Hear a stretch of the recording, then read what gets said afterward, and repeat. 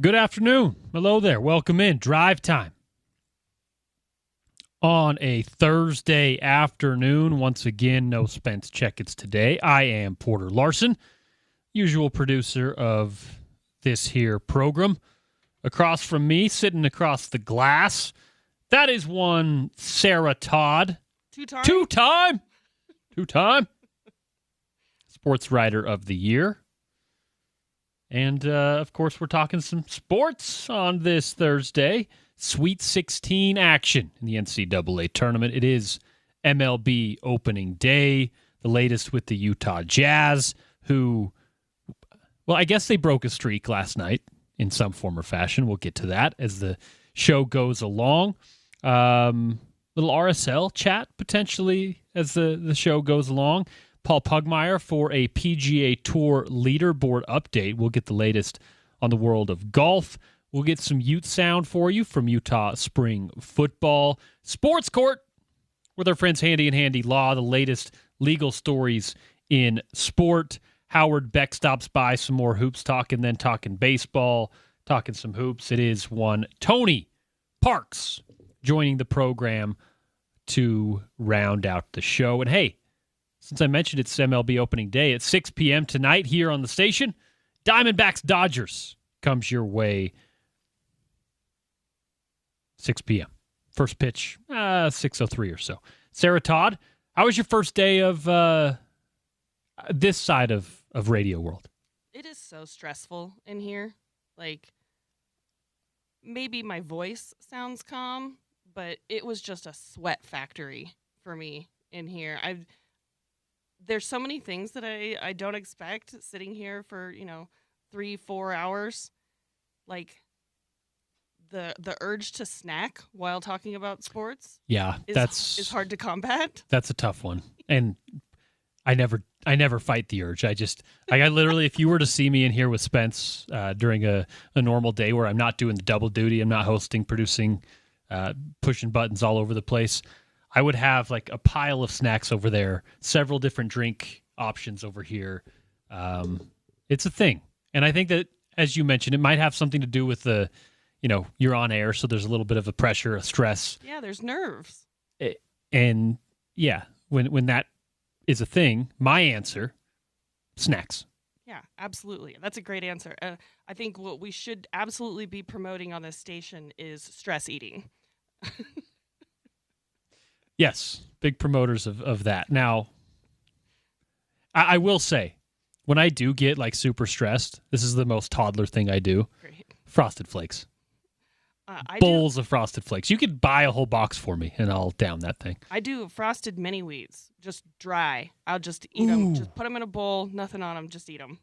The frosted mini wheats are great. Yeah, that's a good cereal. A lot of crunch to get out frustration. What's the power rankings for cereal? We'll go like this is a subject that a lot of people don't like to get into with me because I've got a lot of weird cereal habits. First of all, I hate milk. Ooh, what's wrong with you? Well, it's a disgusting drink. And so, I love cereal, hate milk. Why would I put gross drink on good food? That doesn't make it any better. So, I have been known to put orange juice on my cereal. What? Which the hell? I understand is a serial killer take. Yeah, not a serial killer take, no, like a mass murderer take. Yeah. Not cereal with a C. Yeah, right. What? Yeah. So I don't mind a frosted mini wheat or Fruit Loops in orange juice. Listen, if you haven't tried the Fruit Loops might work just because it's already fruity. I'm a little... I can see your face. I'm on my heels right now. To open a radio show with you coming and claiming that is... I know. That's a tough one for me to stomach. I've got a lot of bad takes, honestly. And especially because it's not just out of the blue. It's because you don't like milk. Milk is disgusting. So I exist on steak and milk. Okay. And cereal, as we've discussed. So we're just not going to come to agreements there. On what we may agree on, top 5, we'll go with the main offering of cereals. Frosted Flakes, number 1 for me. Waffle Crisp. Never had it. What? Yeah. Well, it may not pair super well with orange juice. So, I'm a big Captain Crunch guy. Okay. I'm gonna include your Frosted Mini Wheats in there. That is a good cereal. It is. I may have to think about my other one. All right, number 1. Honestly, I'm not endearing myself to anybody already in the opening minutes of this show. Including the other host of the show, Sean O'Connell. He just texted me and he said, "This is disturbing stuff from Sarah." Disturbing. All right, number 1 pick, Raisin Bran. Huh. That's a great cereal. 2, Frosted Mini Wheats. 3, Fruit Loops. 4, Lucky Charms. And 5, Honey Nut Cheerios. Honey Nut Cheerios are good. Lucky Charms are good. Combining any of them with orange juice is absolutely insane. Yep, I agree. I mean, I don't agree because I think that just putting gross liquid on good food is absolutely insane. But I understand that I am the minority in this. Okay. Well, we may get to some cereal talk a little bit later on. Round out our list. Maybe text in how disturbed you are by the Sarah Todd cereal situation. Listen, I also don't like cake. I don't like chocolate chip cookies. The cookies is out there. I got a lot of bad food takes. Okay. So you're just particular. Yeah, I am. Okay. Are you wearing a Mariners hat? Sure am. Trident's up, baby. I thought you were an Oakland gal. That's a long and storied, painful discussion. We've got time. I grew up an A's fan, and John Fisher is a terrible owner, a horrible person. Selling the team would be the only good thing that he will have ever done if that were ever to happen. Even if it moves him out of Oakland? Listen, anything to get him away from the team would be the best thing for the team. But I don't have any faith in him to do any single good act in his entire life. And last year, I decided that sports should be fun and that I should enjoy rooting for my team rather than hating my life and watching John Fisher strip yet another team from Oakland and try and take it somewhere else. So I decided that I was leaving my A's fandom behind, and I have become a Mariners fan. Okay. I mean, listen, usually I'm like very anti change teams, do your thing. Yeah. In your situation, go for it. Well, Oakland, the A's are like impossible to cheer for. Although, might be a sleeper for a wild card this year. That people are talking. That's what people are saying. People are saying that people are talking. So I could see them. I could see them making a push to be in the conversation for a wild card if the pitching catches up. I just can't bring myself to root for a team owned by John Fisher any longer. It's fair. And if somehow they make it to Vegas, a city that doesn't want them, I'm definitely not rooting for the Las Vegas A's. No. That's not happening. No, nor should you. I hate to do this, but we have to go back to your opening. I know. The text lines are blowing up. Great. Sean O'Connell, voice of the midday show, has given us his top 5. Cracklin' Oat Bran. Cinnamon Toast Crunch, good pick. Oh, great pick. Raisin Bran Crunch, he agrees with you there. Love Raisin Bran. Cocoa Pebbles, okay. Generic Frosted Mini Wheats. So I think Sean's some good cereal takes from OC. We have another employee of the building who just texted in and requested that you be removed from the premises. Absolutely fair. You can take me out. They are not comfortable with the situation. Yep, I get it. A friend of yours, shout out Greg Foster. Hi, Greg. All-time sicko Sarah is. Yeah, that's fair. She disgusts me. Yeah, well, coming from the dumbest guy in the world. The absolute dumbest. We love that big dummy. Oh, yeah. You're a texter on the studio text line. Very disturbed. And Sarah, please spare us. I didn't want to go here, but here we are. All right. It is the day of the Sweet 16, so we'll discuss that and of course some Jazz basketball as well. First off, with the Jazz, Sarah Todd, you were in the building last night for what was the Jazz ending a 16-game losing streak for the Washington Wizards. It's 133-110 on a Wednesday night. That was, and I saw people around the league who were tuning in because of how bad that game was maybe going to be, and just to fill out the tank race situation. What was the vibe in the building? Still a lot of fun? Less fun than normal. Listen, this is what I was talking about yesterday, right? Like people are tuning in because of how bad it was going to be. You have to laugh through some of this. The tank it can't be depressing all the time. Sometimes you end up watching the Washington Wizards play the Utah Jazz. Like they had Bez and Bang, who's shout out Bez, who's on a 10-day deal. They had him mic'd up. Like that's the lack of players that we have, that we're miking up Bez and Bang now. And if the Wizards thought they were going to come in and keep the losing streak going, they came up against a team that is a seasoned veteran tanking machine at this point. The Wizards still sit, let's call it 3.5 games ahead of the Jazz in the NBA tank race. The Indiana Pacers, currently the number one team in that regard. The Brooklyn Nets, the Wizards, the Kings, the Jazz, the Mavericks, a couple games ahead of the Jazz. When you look at the bottom standings of the league, how do you feel with the Jazz ability, their odds to, yes, keep their pick, but also is it the bottom four where there's a higher percentage of getting a top four pick? What's right? So the bottom three teams all get an equal shot at the number one overall pick. That's right. That they get the most ping pong ball combinations on lottery day. In order for the Jazz to 100% guarantee that they don't lose their pick, they would have to finish bottom four.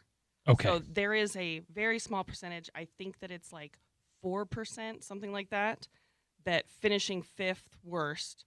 Which is where they sit right now. Right. It's like a 96% chance that they keep their pick, which is top 8 protected. But that's pretty good, right? Like having a 96% chance of keeping it is pretty good. It is. You'd love for them to kind of get below Sacramento so they could just guarantee absolutely that they keep their pick. Right now, they're 2 games behind Sacramento in the loss column. Right. And as Sarah mentioned, there's an incentive to be bottom 3. And for the Jazz specifically, there's an incentive to be bottom 4. They currently sit at 5 to the bottom in the NBA tank race. That's your tank race update after a thrilling matchup between the Washington Wizards and the Utah Jazz last night. Now, looking at the remaining schedule for the Jazz, 9 games left, Sarah. I can't believe we're looking at it through this scope. What are their best chances to lose? They're playing a back-to-back, Denver and Phoenix, starting tomorrow. Love that. That's great. Those are losses. Pencil those in. Cleveland on Monday, another loss. Denver here in Salt Lake on Wednesday, another. So we're looking at 4 straight losses that could easily be penciled in right there. Then they're on the road for a 3-game road trip. Houston, that'll be a Jazz loss. Oklahoma City, that'll be a Jazz loss. Now we're up to 6 straight, which would be great. But then they play New Orleans, and then they play Memphis. So those 2 games. 2 teams also positioning, right, if you will. New Orleans wants to win. They've got no reason to lose. They just can't. They're so bad. Okay. And then they finish out the season in LA at the Lakers. That one is iffy because last game of the season, you'd imagine there's going to be some resting. Right. So you're hoping that in 9 games, at worst, they go 2-7. Later in the show, with our friend Howard Beck, we're going to talk about some of the winning basketball in the NBA, some of the contenders, some of the teams that we look at as potential conference contenders. We'll get to all of that as the show rolls along. But we had to give you a little bit of a tank race update for the Utah Jazz and the latest there. Now, it's a Thursday, NCAA Tournament Thursday, with the Sweet 16. First game tonight, Texas and Purdue. That tips off at 5:10.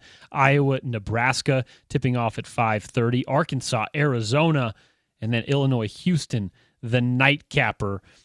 Of the games tonight and tomorrow, the Sweet 16 matchups on the men's side, I want to talk a little of the women's side too, because there's a storyline there that is super fascinating to me. Sarah, what are your top matchups on the men's side between the games next 2 days? The Illinois-Houston game tonight, that's a 3-2 matchup. Illinois, the 3, Houston, 2. That's going to be a great game. Houston, because it's 2 completely different teams, right? Yep. Like Illinois has great offense, Houston has great defense. And so I love when we kind of match up those types of teams just to see which one wins. I vote defense, but I understand that depending on the night, that could be a bad choice. And that also, that features Kingston Flemings, who is going to be a lottery pick, could be in that range where the Jazz are picking, depending on where they land. And also earlier, the Arkansas-Arizona game. Arizona, the number 1 seed, so many people have them picked to go all the way, and they're coming up against Darius Acuff, who just scored 36 points in a tournament game. One of the best offensive players in college, maybe the best offensive player. So that's going to be great. Yeah, I think Darius Acuff, mostly the reason I'm excited to watch that game, just because he's so fun to watch on the offensive side. I think Arizona handles Arkansas. I think they do so fairly handily. I also think Purdue handles Texas fairly handily. I think Iowa falls to Nebraska. I don't necessarily know that one will be super close, but Illinois and Houston, super fascinating to me. 8:05, the last game of the night, and that one to me is just as Sarah mentioned, a really fun matchup of competing styles of basketball. Houston continues, as they have every year, just a lineup full of long, rangy defenders. They can switch everything and get all over the floor against an Illinois team that is just an offensive juggernaut. So that one will be fun tonight. And then the other 3 games, I honestly think will be a little bit less entertaining. Tomorrow, St. John's and Duke. Duke, the 6.5-point favorites over St. John's. Of course, Duke, the number 1 overall seed at 34-2. Michigan and Alabama, not a football game. Michigan and Alabama in the Sweet 16 on the hoop side. UConn and Michigan State. Again, Tom Izzo in the Sweet 16. Just a constant when it comes to March. And then Iowa State and Tennessee. I think Iowa State matches up really well with Tennessee, so I see that one maybe not super comfortable. I picked Iowa State to win the whole thing. Oh, you did now? Defense, baby. I don't hate the pick. I went with Arizona. I went with the number 1 seed, and I'll get your read on this, Sarah, but it feels like in the NIL era, in the money in college sports era, you're seeing less and less Cinderella, right?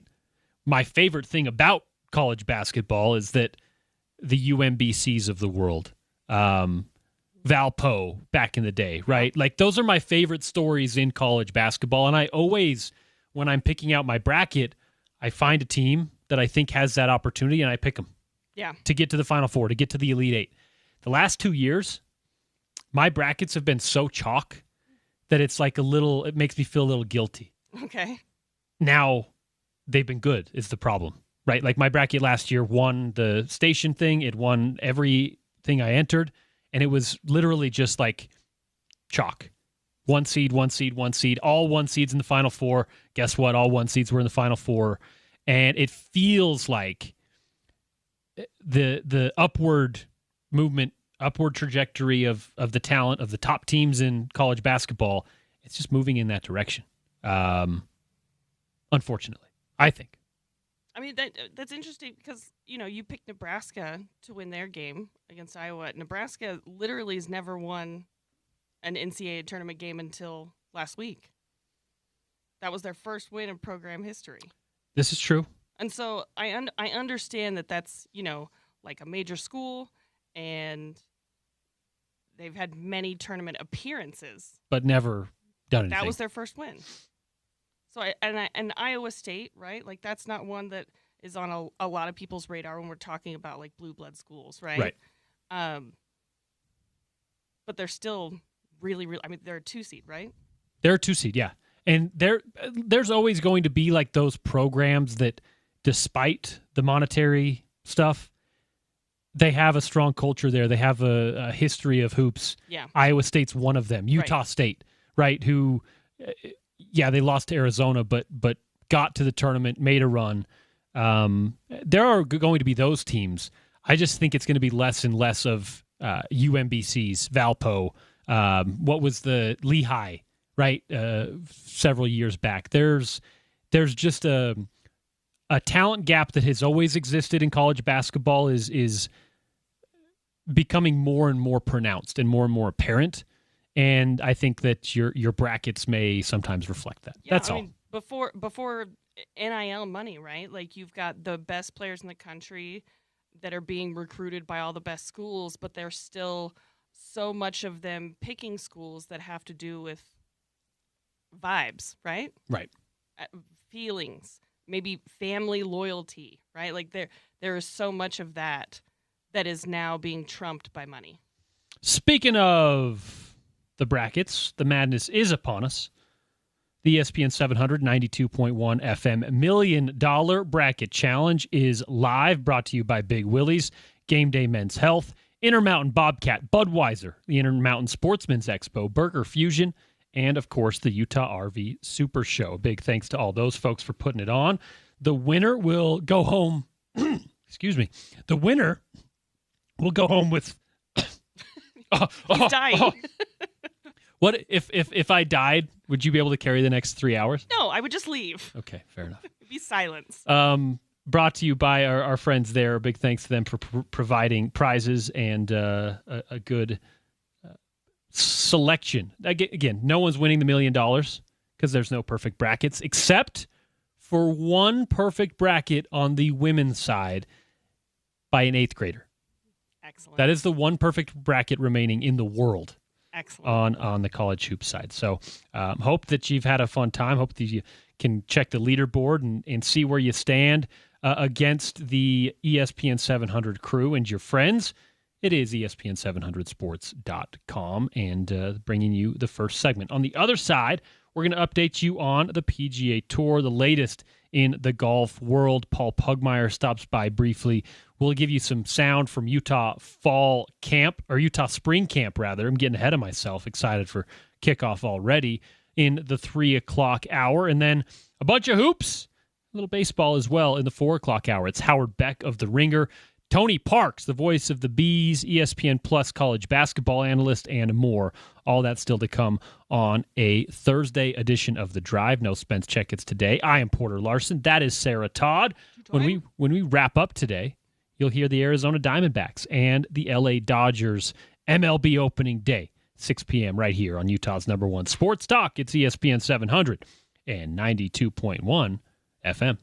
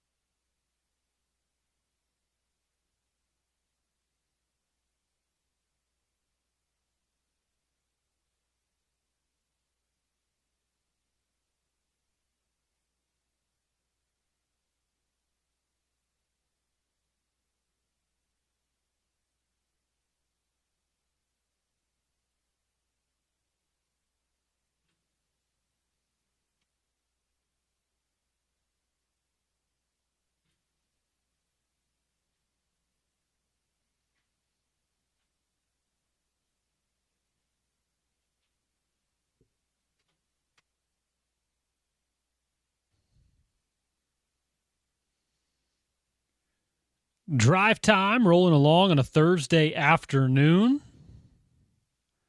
You know what the Eagles means? Bringing in one Paul Pugmire for our Utah Golf Radio PGA Tour leaderboard update. This one brought to you by our friends at Uinta Golf. This week at Uinta Golf by Worldwide Golf Shops, it's the Callaway Fitting and Bonus Trade-In event. Today through March 29th, take advantage of the 50% bonus trade-in towards your new clubs. Uinta Golf by Worldwide Golf Shops. Get there or visit uintagolf.com. Paul Pugmire, how are you, my friend? Doug, so good. How about you? Doing well, doing well. Always good to hear from you and always good to discuss a little links with you. Appreciate your time on this Thursday. Always. So this weekend, again, it's a Thursday, so we're only on round one at the Texas Children's Houston Open. That one's at the Memorial Park Golf Course. Minwoo Lee, the winner last year on this one. It's a par 70, about 7,500 yards. So a fairly long course, but Paul, give us the lowdown on Memorial Park, the home course of my former boss, Mark O'Meara. It is at that. Yes, sir. So everything's bigger in Texas, right? Usually. Memorial they overstate Park, that a little bit. They do, and they like to do that. But Memorial Park lives, it walks the walk. Everything about Memorial Park is big.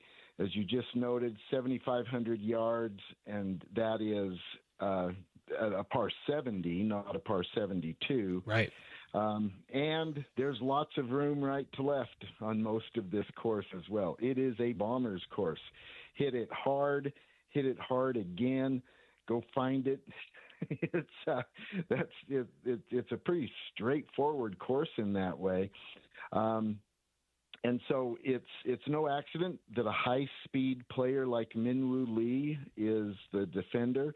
It's no accident that a high-speed player like Tony Finau, our own Tony Finau, is on the list of winners on this golf course in this event. It is a big boy course. It will take a big boy game to survive over 4 rounds on this course. You mentioned Minwoo Lee. You mentioned Tony Finau. Jason Day currently in the top 20. First time we've seen that in quite some time.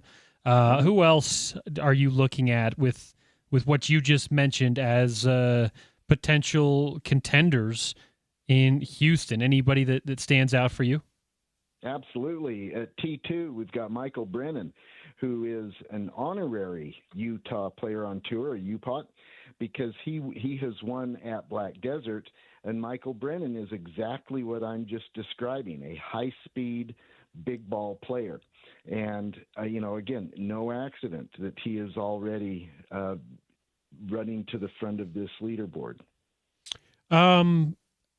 Looking at the PGA Tour schedule, Paul Pugmire, and we'll give you guys a final leaderboard update on the way out at the Children's Houston Open down there at the Memorial Park Golf Course. We got the Valero next week, and then it's here, Paul. Oh, yeah. The Masters Tournament, April 9th through 12th. We are just a couple weeks away from the biggest one on the schedule, the PGA Championship, about a month after that, and then the U.S. Open a month after that. Just based on the current standings in the golf world, Scotty Scheffler, of course, when you look at the President's Cup, he's way up ahead of everybody. When you look at the world golf rankings, he is still number one by quite a long shot. Actually, his points gained is just unbelievable right now. Cameron Young has been really good as of late. He's currently the number 3 golfer in the world. Rory McIlroy, number 2. When you look at the current rankings and standings in the golf world, who do you see as potential breakouts for what is our major run? The Masters, the Open, the PGA Championship, and so on. Is it Scotty and everyone else still, or has his form kind of come back down to earth as guys kind of try to find ways to contend with him? Yeah, what a great question. and I appreciate you asking. First of all, the ranking systems have long lead times in them, or long tails, actually, might be a better way to say it. The official World Golf Rankings, for example, have a 2-year point cycle. Right. My personal opinion is that's too long, because it doesn't reflect what's happening now. And what's happening now is that Scotty has been scraping it.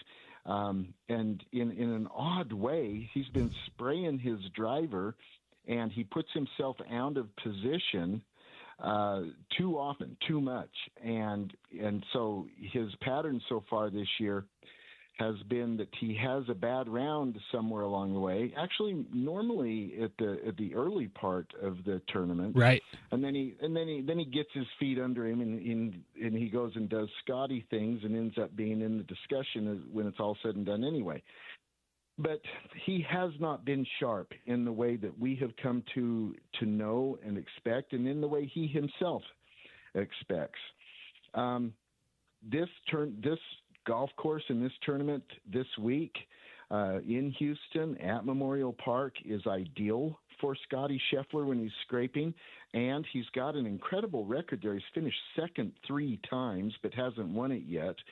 However, this week he's not playing because his wife is giving birth to their second child sometime this week, and so he's just not going to be there, and we'll see him next at Augusta. But it really is Scotty, and you've got to pay attention when we're talking about the Masters. You've got to pay attention to Bryson DeChambeau. Now, he's off playing live, and so he's kind of invisible, but he's playing really good golf right now. And then you mentioned Cameron Young. There's Rory McIlroy. Do not be surprised if former Masters champ John Rahm is in the mix. Rahm was just in the playoffs with DeChambeau on a live event. And look, what am I doing? I'm giving all the usual suspects. This is that scene in Casablanca. But the reality is, generally in majors, you start your conversation with the top 20 in the world, and absolutely doubly so for the Masters at Augusta National. You start your conversation with the top 20 in the world. It is so unusual for a winner to come out of the Masters who is not top 20 in the world going in. Yeah, it's a tournament that usually, right, the cream really does rise to the top. It's a course that if you're not only if you're not one of the top players in the world, but if you're not at the top form going into the Masters, you just usually get chewed up by that course. So it's the usual. And you hit exactly on the very next point. So you look at the top 20, and then you say, okay, among this group, who's in form? Who's playing well lately? And at that point, you've got to grit your teeth with Scotty because he's been spraying the driver. And Augusta leaves a little bit of room, but it's a pretty punishing place all the time. But the other players, okay, who's really in form lately? Who's among the top players in the world? Well, you got to stop at Matthew Fitzpatrick. The guy's got a solo second and a win in his last 2 starts, and one of those, the second, was in the Players at Sawgrass, a great golf course. So I think you've got to be talking about Matthew Fitzpatrick as you start looking at the Masters as well. Plus, this is a guy who has proved he can win a major. He's the U.S. Open champ. We'll continue to discuss the schedule coming up, but I want to ask you, it felt like even just as recent as a couple of years ago, we were talking about one Tony Finau as not if, but when he would win a major championship. And that just went along with how good he was and how good he was performing, how consistent he was.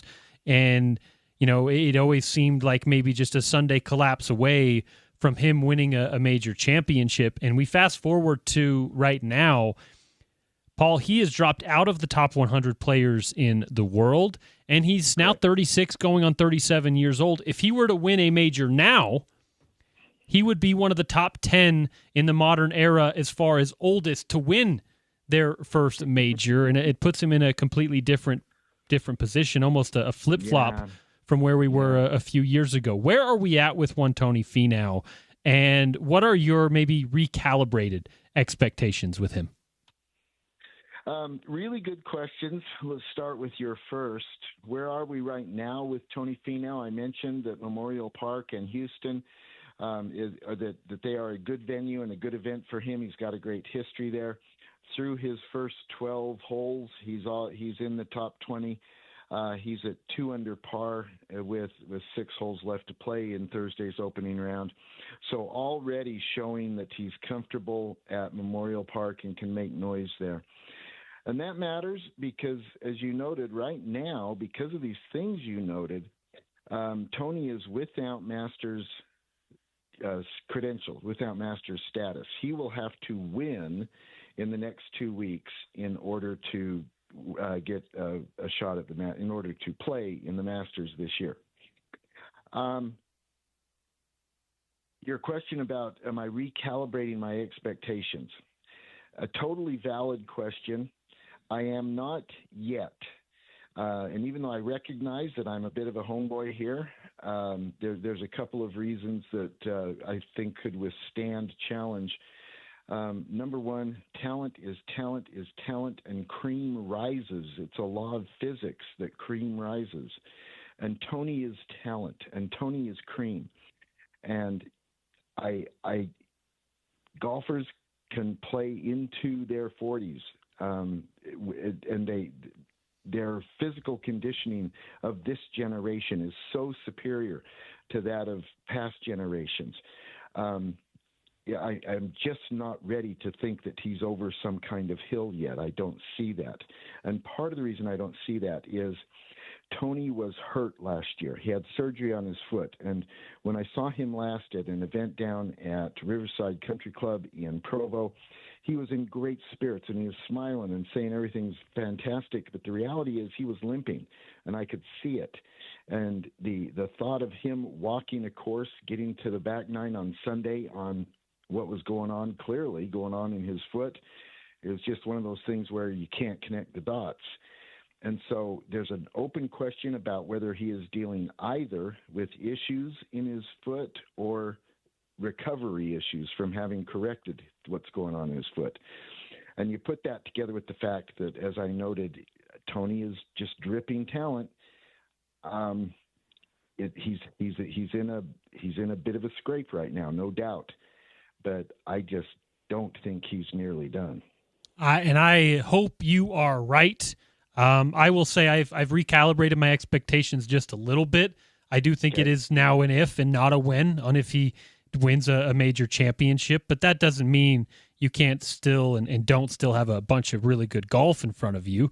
But the problem is, as you just mentioned, he doesn't have automatic status to even play in those majors. So we've got to see him maybe win an off tournament or something before we can even expect that. So, Paul, my other question there as we get to golfers who are, well, this guy is over a certain hill, but we're still hearing a bunch about him. Tiger Eldrick Woods, of course, playing on a simulator every once in a while. But every time we hear about him, man, it's about how good he looks. It's about how good his swing looks. Are we going to see him on a real golf course soon? Two answers to that. Number one, I hope so. I just love watching Tiger play. The reality is he hasn't shown me anything that goes out onto a golf course that can walk 18 holes of tournament golf, that can walk 72 holes over 4 days of tournament golf. And here's the biggest kicker. Augusta National is the hardest walk on the PGA Tour the whole year. The caddies will tell you that. The topography of Augusta National is difficult to comprehend unless you're actually on property and see it, because TV flattens the golf course. It is a hard walk. And right now, Tiger has not demonstrated that his body has what it takes to withstand 4 rounds at Augusta National. The sim stuff was fantastic. It was a good time. It was great. Who doesn't love seeing Tiger hit shots, even if they're computer facsimiles into a screen? I don't care. I love watching him do anything. If he was having a turkey sandwich for lunch, I think I'd love to sit and watch that. But it doesn't translate to walking a golf course in a tournament condition, in a tournament setting. And it brings me no pleasure to say that we haven't seen that, but we haven't seen that. This weekend, it is the Texas Children's Houston Open at Memorial Park. Paul Waring, currently the leader at 7 under. He's in the clubhouse. Sam Burns in the clubhouse at 5 under, along with Tom Hogue, Michael Brennan, who Paul mentioned to keep an eye out over the weekend. Marco Pang at 4 under. A bunch of guys there at 4 and 3 under. And then just birdied, Tony Finau gets the birdie at 12. He jumps into the top 10, Paul. He is now 3 under on just updated this Thursday. Patrick Fishburne, I know I just saw him. Yeah. He's at minus 268. He's currently T23. Solid round. He's in position to make some noise this week. That's right, Patrick Fishburne. There are those the only 2 locals, to my knowledge? Yes, they are. We do have an honorary UPOT, Jimmy Stanger, even though he's from Florida, went to Virginia in college, but his grandparents are local, and he spent a lot of his childhood summers visiting his grandparents. So we claim Jimmy Stanger as an honorary UPOT, but he's with Patrick at minus 2 right now. But that's all we got. I'll give you a final PGA Tour leaderboard update as we end the show. But, Paul, we appreciate your time walking us through the round 1 at the Memorial. Give us an idea of what's ahead on a Saturday edition of Utah Golf Radio. We will be at Davis Park. Davis Park is under threat. It is showing up in the Fruit Heights City land use planning documents that there is an intention to develop the land under Davis Park and eliminate the golf course. There is a public meeting to demonstrate opposition to that will take place tonight. We will be there. Utah Golf Radio will be there preparing for talking about that from Davis Park on Saturday. Plus, we will be celebrating an amazing accomplishment from the Brigham Young University Cougars this past week. Kihei Akina won his 2nd tournament in a row. The Cougars won as a team, and in the process set team scoring records. And just let that sink in. This is a team that has won a national championship, that has been nationally prominent and nationally relevant for decades, and they have had tons of great players at Brigham Young. They just set a school scoring record.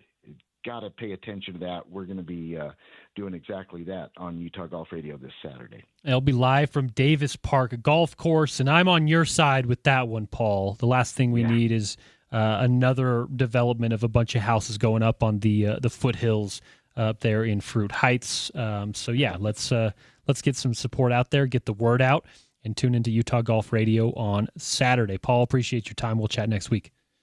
Thank you so much. Utah's PGA Tour leaderboard update brought to you by Uinta Golf and Worldwide Golf Shops. The Callaway Fitting and Bonus Trade-In event going today through March 29th. Take advantage of the 50% bonus trade-in towards your new purchase at Uinta Golf. Get there or visit uintagolf.com. One more final leaderboard update before we set you loose and, of course, send you to the weekend. But I have to check in with our collegiate golfer, Sarah Todd. Yeah, that's probably overstating the fact a little bit.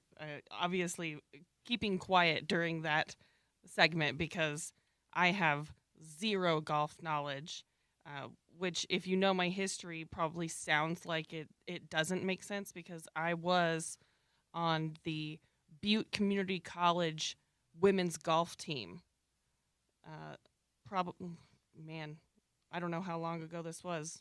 Near 20 years ago now. Just a few years. Just a few. And so, if I'm on the women's golf team in college, that probably sounds like I might know some stuff about the golf world. I do not. I joined that team because I found out that if you were on the golf team, you got a free trip to Palm Springs. Okay. And I was like, that sounds great. I roped one of my friends into it so that we could go and, be in college and drink in Palm Springs. How many rounds did you play of official collegiate golf?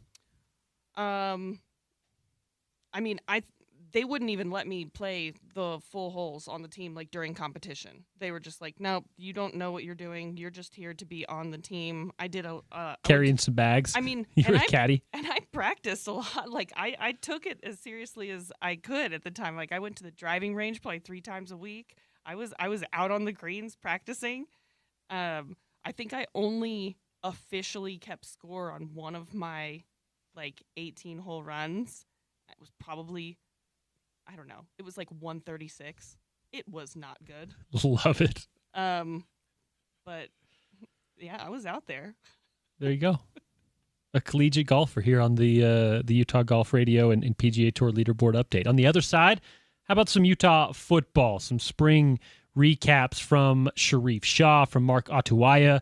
Of course, 2 of the, I would say, more entertaining and more enigmatic coaches up on the hill. So it'll be good to hear from them as we wrapped up spring football week 2 media availability with them yesterday. We'll play that sound for you. And of course, you can find it up and available on the website as well. Still to come on the program today, hoops with Howard Beck, a little bit of baseball and basketball with Tony Parks. And then at 6 p.m., Arizona Diamondbacks take on the LA Dodgers. It is MLB opening day. All of that here on Utah's #1 sports talk, ESPN 700 and 92.1 FM.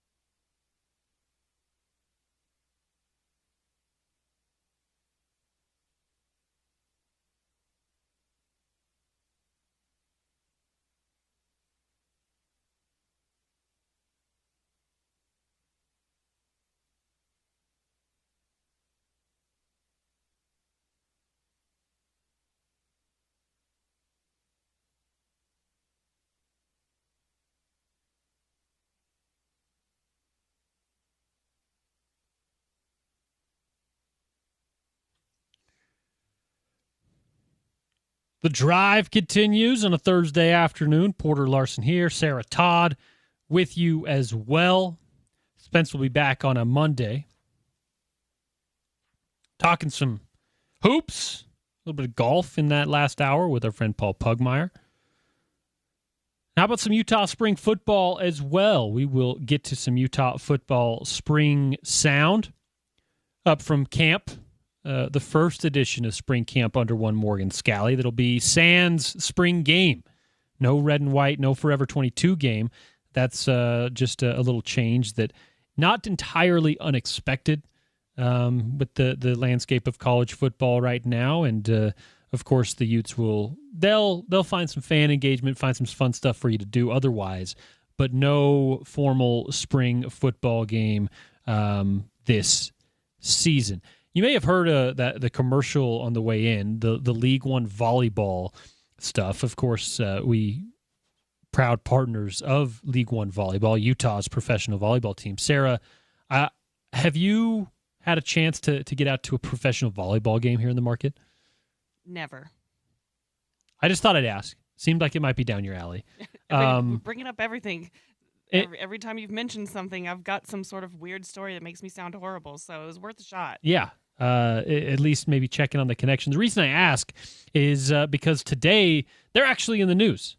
Former Texas A&M football player, former NFL and USC Reggie Bush and Terrence Murphy, they bought LOVB Salt Lake with Synergy Sports Capital. So they're providing a little bit of support to the largest community of youth volleyball, and of course the nation's first professional volleyball league built from the club up. They're headquartered in Los Angeles, but their franchise here in Salt Lake has been a lot of fun to have partners here on the station. And we've had some of them roll through the studio, and now they have some financial backing from Terrence Murphy and Reggie Bush, a couple of former D1 and NFL players. It's League One Volleyball, LOVB SLC, to get tickets to check them out. I mentioned some Utah football spring sound. Of course, we are up there each and every week getting some interviews for you guys. And yesterday, we heard from the offensive coordinator, Kevin McGivern. We heard from the defensive coordinator, Colton Swan. We'll keep moving down now. Sharif Shah, the defensive backs coach, and one of the more entertaining coaches on the staff. What did he have to say about spring practice so far? All right. Coach Shaw, you had quite a bit of turnover in your corners room this offseason. Just walk us through this offseason, what it was like, retaining the guys you retained and also the guys you brought in from the portal. Great question. We did lose quite a few guys. Some we expected, others came out of left field. And I say that, but NIL and the transfer portal, I'm starting to appreciate more than ever.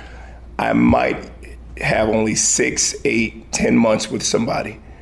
And that's just the truth. Thank God that they closed the portal window. So now maybe I can say 10 months with a kid. But we were fortunate to really make some good moves in the portal to acquire some experience from some kids from different universities, to bring in young guys, and still waiting on one kid from Fresno City who will be with us in June. I feel like for the guys that are here right now, good acquisitions to help with the departures that were unexpected and some that we knew were coming. So people are at least showing me that, Coach, you can put me in a position and you can begin to trust me. It's hard for me to say in spring. I usually don't trust anybody for a long, long, long time. But people in the room are flashing, so that makes me happy. Sharif, you've always had a close relationship with Morgan. What's it been like to watch him take that head coaching job? And what, from your perspective, what is it about him that makes him a guy that will succeed in that role? Another coach who just joined us said, to answer your question, perhaps I can just maybe answer it anecdotally. Another coach said, it's amazing. He feels like he's been the head coach for a long time. Said that about Coach Scalley. What I think very few people recognize is that he has been preparing for this position for a long time. When he became a coordinator 10 years ago, he was thinking about, one day I'm going to be a head coach. So he would sit with me in my office and say, okay, out of the blue, who would you like, if you could choose, who would be your offensive coordinator? Who would you like to have a running back coach? I'm like, I don't know. I mean, that was so, I didn't even care about it, but he did. So much so that he would come in and start writing down names in a little pad, and this pad became part of his notebook. The conversations formed a part of his head coach notebook. And I felt like it was, man, what we're seeing now. Somebody said it's such an easy transition. No, not at all easy. A very methodical, painstaking, meticulous transition. No, nothing was overlooked. Every stone was turned over, every consideration made for years into what people see. Oh, that's pretty awesome. Well, that's nice, but it just shows me when you work at it for so long and you recognize that this is what I want to manifest and I will do it and believe in it, assemble the right people, coaches, players that believe in what I think we can be, and it happens, you're just like, okay. So it's been awesome to watch him work now in his new role. Yeah, I've enjoyed it. Sharif, I'm going to ask you a question a little bit off the beaten path. Kyle in the past had talked a little bit about just recruiting against negative Utah stereotypes, and you've lived in the state, you've recruited so many players. I'm curious, just from your perspective, what does that look like, some of those questions that recruits have coming from, as you guys especially have expanded more into the South? Right. What are some of those questions? How do you walk players through, the different culture that Utah might have? Sure. That's a good question. It's always the two biggest points when you say negatively recruiting against Utah. Everybody thinks that the LDS religion, they have no idea about it. Very few people still. Oh, so what's that all about? Is it some secret, strange, different religion? It's not. So you have to educate people about the religion. Okay, well then if you're recruiting people who are of different backgrounds, ethnicities, are there any black people, Polynesian people? Well, yes, there are. What percent? And what do they make up of the school?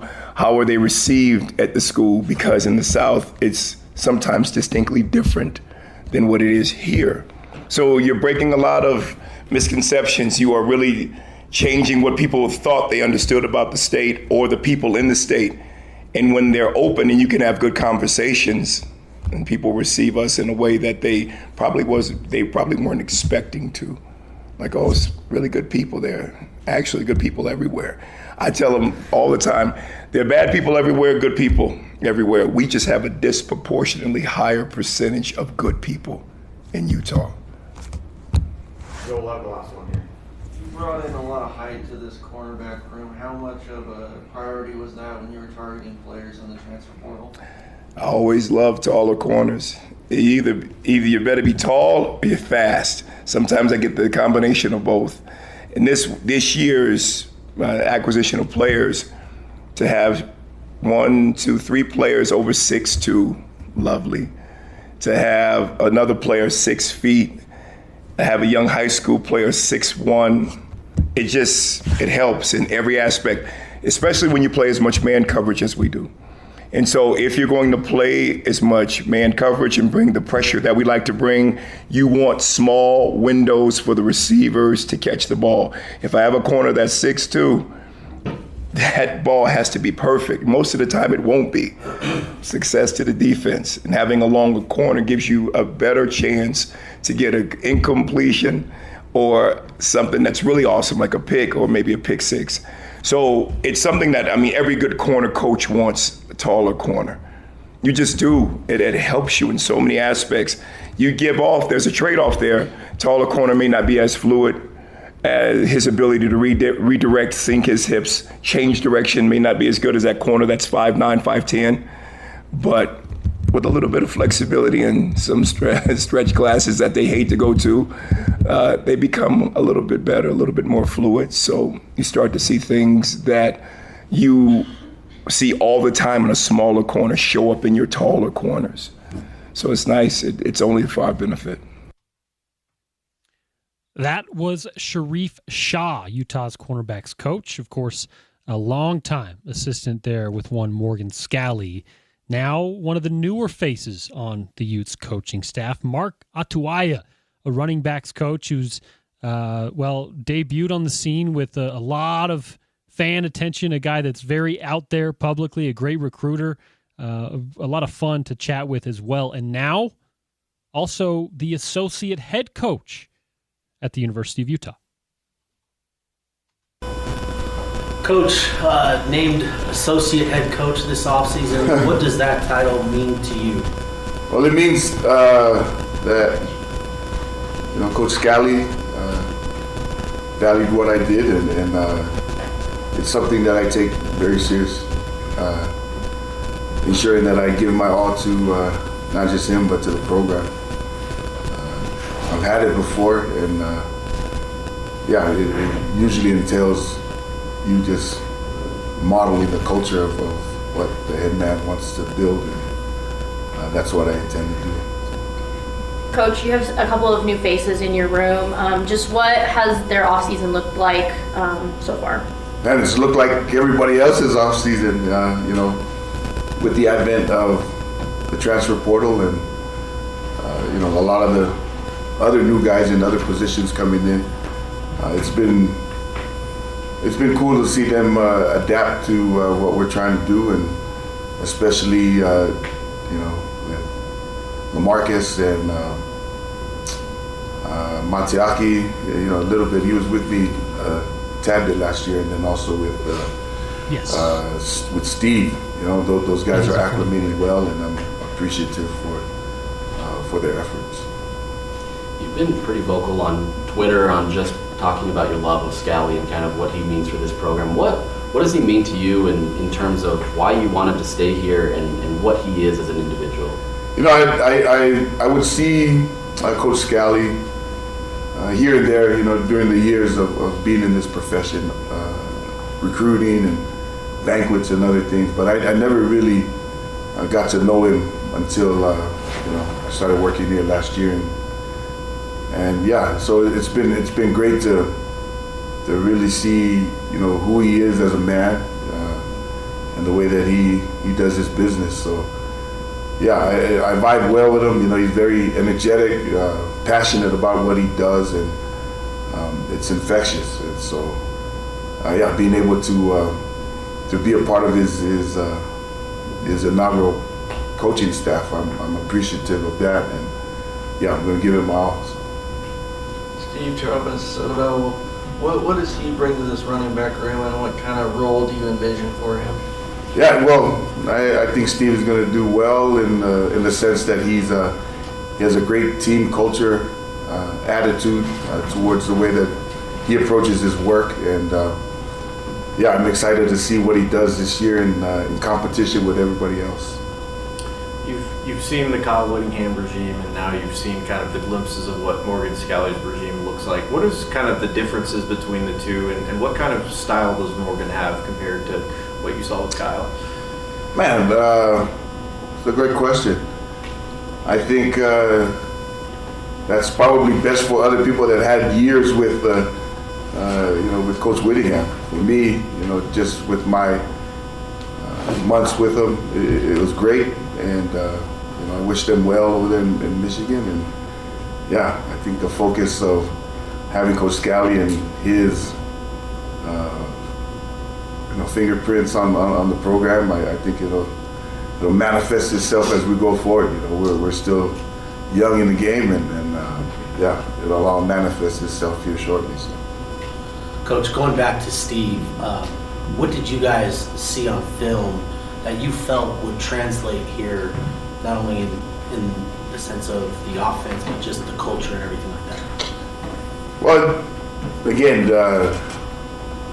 you have just the few resources that are provided for you when guys are coming out the transfer portal. So there are some measurables that you look at, just like we do all the rest of them, but you really don't know until you get them here in the program. And it helped us to have D.O., Coach Odom, to have him on staff there, and others that have seen him, like Coach McGiven. So, yeah, having their personal experiences with the young man helped in that regard. So.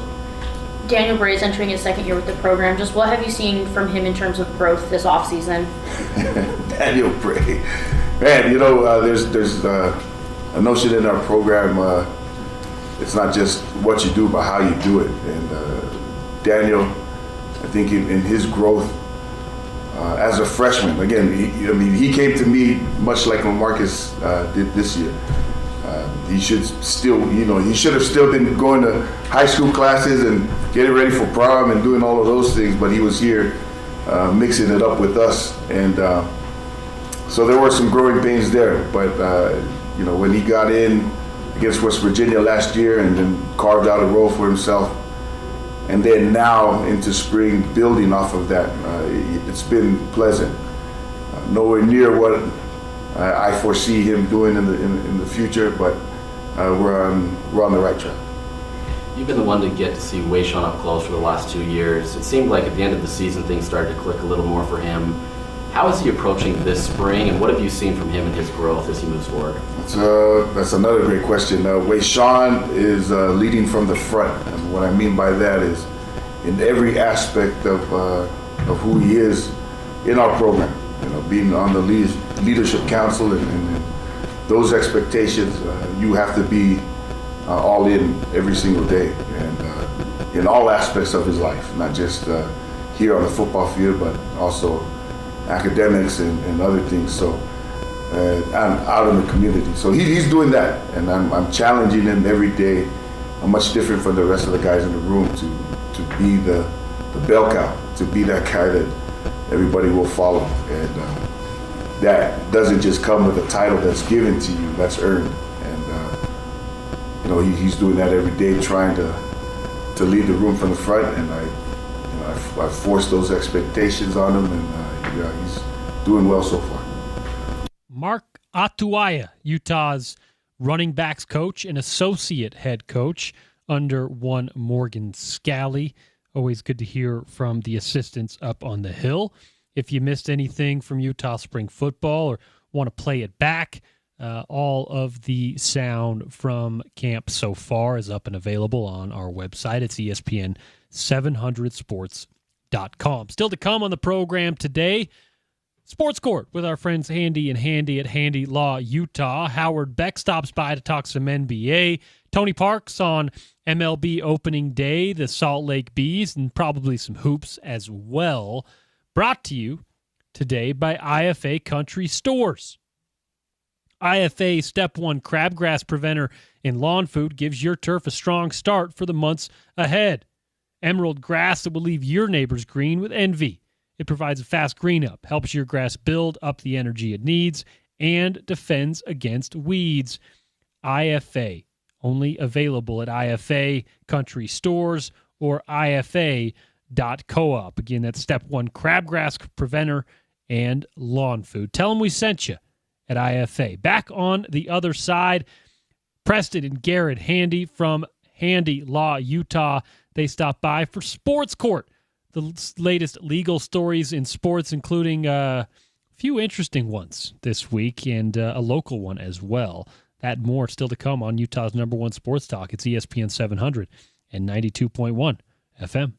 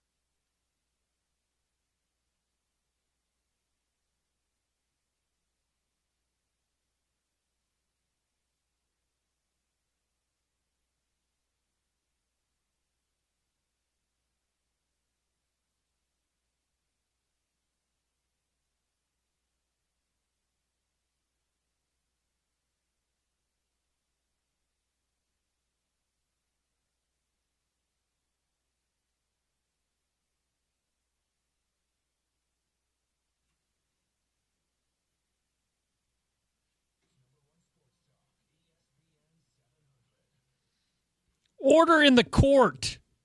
I demand it. It's sports court time. With our friends Garrett and Preston Handy, handylawutah.com. Each and every week here on The Drive with Spence Checketts. If you want to reach out to them with any legal questions you may have, it's handylawutah.com or 801-264-6677. Fellas, how are we? Hey, Porter. Hey there. We got a few stories today and a few interesting ones. We'll get to the local stuff a little bit later on, but the first ones, and this is something I'm actually, you know what? I got a personal legal question I got to ask you first. Uh-oh. Thanks to our host, our co-host today, our friend Sarah Todd. What's the legality of orange juice with your cereal? Illegal. No, it's illegal. I have not been arrested or charged to Yet. this point. Hey, there's no charges, just straight to jail. Yeah. Yeah. Authorities are on their way. Yeah, you don't even need to be Mirandized for that one. That's fair. I've heard it. There's no due process for that one. We mentioned earlier it's serial killer behavior. Yeah, that's a good one. All right, fellas. The first one, NFL and sports books. The NFL and different sports books have been sued for micro betting and gambling addiction. So is this like a class action where gamblers around the country or in certain spots are banding together? Give us the latest on this one with the NFL and sports books. No, this one actually isn't. And so, I think we're seeing the future. We spoke a few weeks ago. I mean, it's just revealing itself how this meta lawsuit for the addiction, the woman who started as a child and got addicted and claimed, mental illness and all kinds of things like anxiety. A jury on that one actually awarded her. They came out and fined for her, found liability against Meta, Facebook, and they awarded her $6 million, I think was just today. So we're seeing this happen, and we kind of were speculating how this would affect sports, and it's happening now. We've got two Pennsylvania men. Shocker that it's men, right? They're suing DraftKings and from FanDuel. Pennsylvania. Shocker. Essentially, what they're saying is they're suing him for negligence, design defect, failure to warn, and unfair trade practices.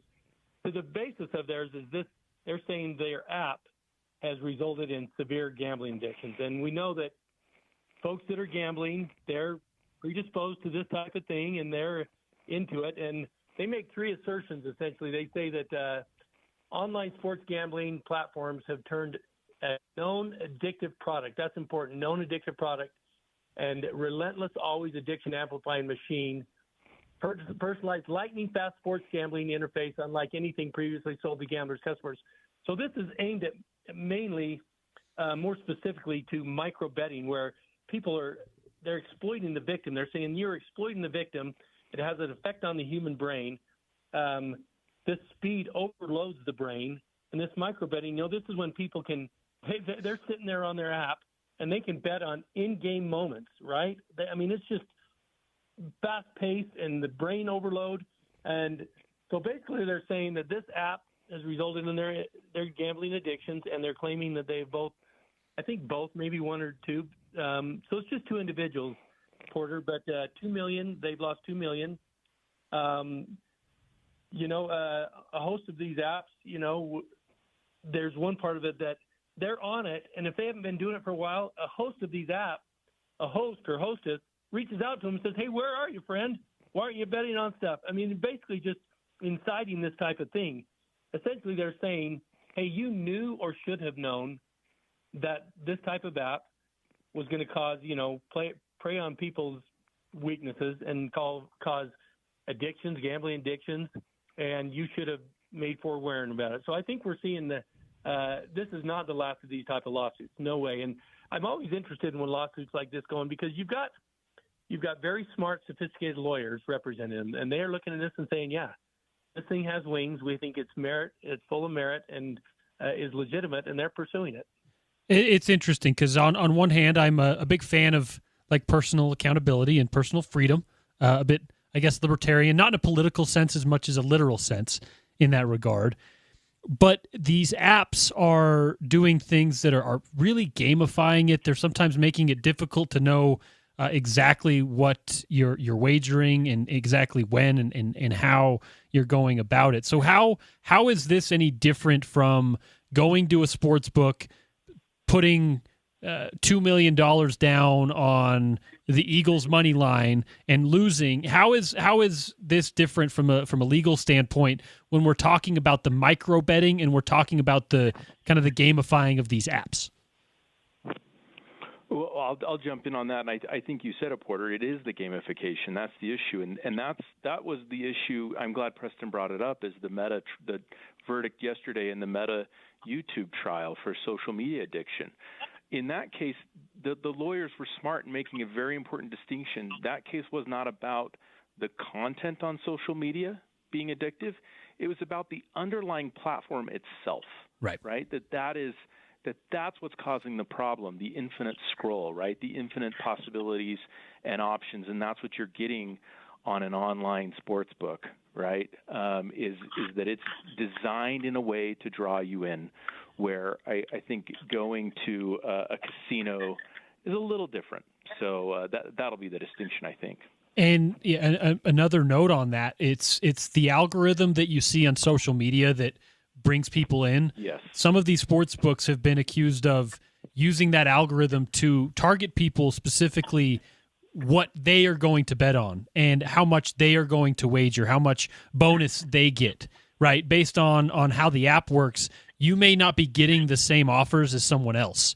So they're using your personal data to decide and formulate their markets in that way, whereas going to a sports book in Vegas, you're just betting against the market. You're betting against the house. A little bit different in that regard. Anything to add, Sarah? Yeah, I mean, I just personally, it's very hard for me to feel bad for two guys who are betting away on the up Eagles to $2 million on Mike. And like, I was reading through the ESPN article, and I'd love to get the legal insight behind this. They say that the attorneys for the two guys said that the plaintiffs had gambled without issue for nearly 2 decades. Uh-huh. That just means, okay, so these are like gamblers who have gambled for a long time. They know that they're being enticed, right? I think the issue, what they're going to argue is the issue, is this micro betting. Like Garrett mentioned, I think when you go place, and this is in response to your hypothetical, Porter, if you decide to go put money down on a game, you have thought through it and you've said, I'm going to put this money down. I'm going to go lay it down. I'm going to walk away. I'm going to see what happens, and I'm going to see if I win or lose. This micro betting, this is what they're going to claim, is this micro betting is fast paced. I mean, it's just hitting you all the time, and no doubt they've got your credit card. I mean, and it's not you having to make a conscious decision about, well, I don't have money in my pocket right now. I can't pull it out because I don't have it. It's just praying off. And when I read where it says, if you kind of go silent, hosts are coming back to you and basically saying, where are you? Come back and start making some bets. Right. I think that you can see the addictive part of that, but they've still got to prove their case. I mean, anytime someone brings a case, people see these things and say, oh, they're suing for X million dollars. Well, that's a statutory jurisdiction thing that you see. In the end, you've got to prove your case. You've got to go through the litigation. You've got to come up with your causes of action, your theories. You've got to support them through experts. I'm sure they'll have medical experts that talk about the effects on their brain, that type of thing. Like I said, there's some heady, sophisticated, smart lawyers that have decided, hey, lawyers don't take cases that they can't win, especially in a contingency fee type basis. So these guys have looked at it. They've probably looked at the social media cases that are going on. It's going to rely on basically the same thing, how these apps prey upon people's brains and how your brain function and that type of thing. So I think it's dangerous. The interesting part of a lot of these cases is in discovery, figuring out how these companies talk about humans and how they talk about targeting people and whatnot. It was interesting to read that in the Supreme Court case on social media stuff yesterday, and I assume will be pretty interesting on this as well. The other issue with the micro betting and the prop bets and whatnot is it puts in power one player potentially on an NBA team, right? And that player can have an incentive, and it's turned into an issue outside of losing money if you're a gambler. It's turned into an issue as far as policing that on the league side, right? That's the issue that's come about with Terry Rozier and some of the NBA stuff. So it's expanding far beyond just these two guys in Pennsylvania. Now, moving on to a different but somewhat related case, another sports gambling one. Just last week, the NCAA sued DraftKings for trademark infringement. The NCAA, in their release, says, today, the NCAA has filed a complaint in federal court in Indianapolis against DraftKings, seeking an emergency temporary restraining order, stopping the company from using the NCAA's federally registered trademarks March Madness, Final Four, Elite Eight, and Sweet 16, or any confusingly similar variation thereof, in connection with DraftKings sports wagering products, promotional campaigns, and marketing activities. To me, fellas, this looks like an oversight on DraftKings' part, because working in this space as a company that has a bracket competition going on where you can actually win money, you can't use the March Madness thing. They are very clear about that. We have to call it the Madness of March, or we have to call it just anything besides that trademark, because they are very serious about it. And this is something that everyone in our business, I think, kind of knows, I guess, except for DraftKings.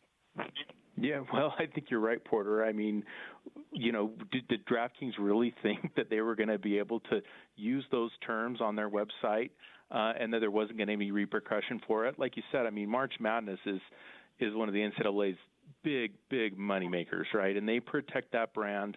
As you can see here, like you said, I mean, all those terms are registered trademarks, and so DraftKings can't just use that. And then the other thing that's going on here is kind of what we were just talking about in the last story, is kind of the black eye that is that all the sports betting sites are getting right now, and that they're facing with these lawsuits. And the NCAA is trying to be careful and say, hey, we have nothing to do with this. We don't endorse it. We're not okay with it. This has no place in college sports. Even though there have been scandals, right, that we've talked about on this show. But they just don't want any part of it. So they really want to distance themselves and make sure people know that DraftKings has nothing to do with it. And the reason it's an emergency temporary restraining order, well, is because Sweet 16 games start tonight. So they want that taken down immediately. Anything to add here? Oh, yeah. It's nice to finally see the NCAA suing someone rather than getting sued. True. Yeah, they haven't had much luck in court. This one, the law may be on their side. And the NCAA lawyers are busy, man. Another, I don't know if it's a trademark or more of a name, image, and likeness.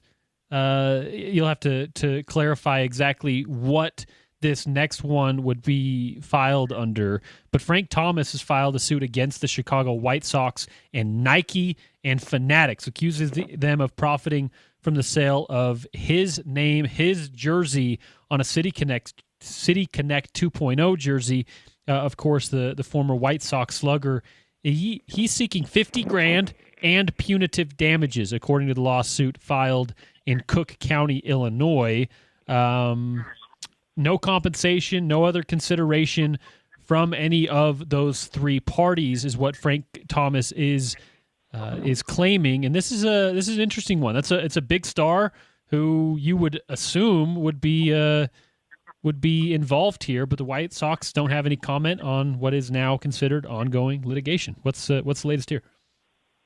Well, it's a trademark ad, but it's mainly aimed at name, image, and likeness. And we never used to talk about name, image, and likeness, right? Right. But now this is about protecting your name, image, likeness, and your brand. So as you mentioned, former White Sox great, Hall of Famer Frank Thomas, he's suing the Chicago White Sox, Nike, Fanatics, and basically saying, hey, you are profiting from my name, image, likeness.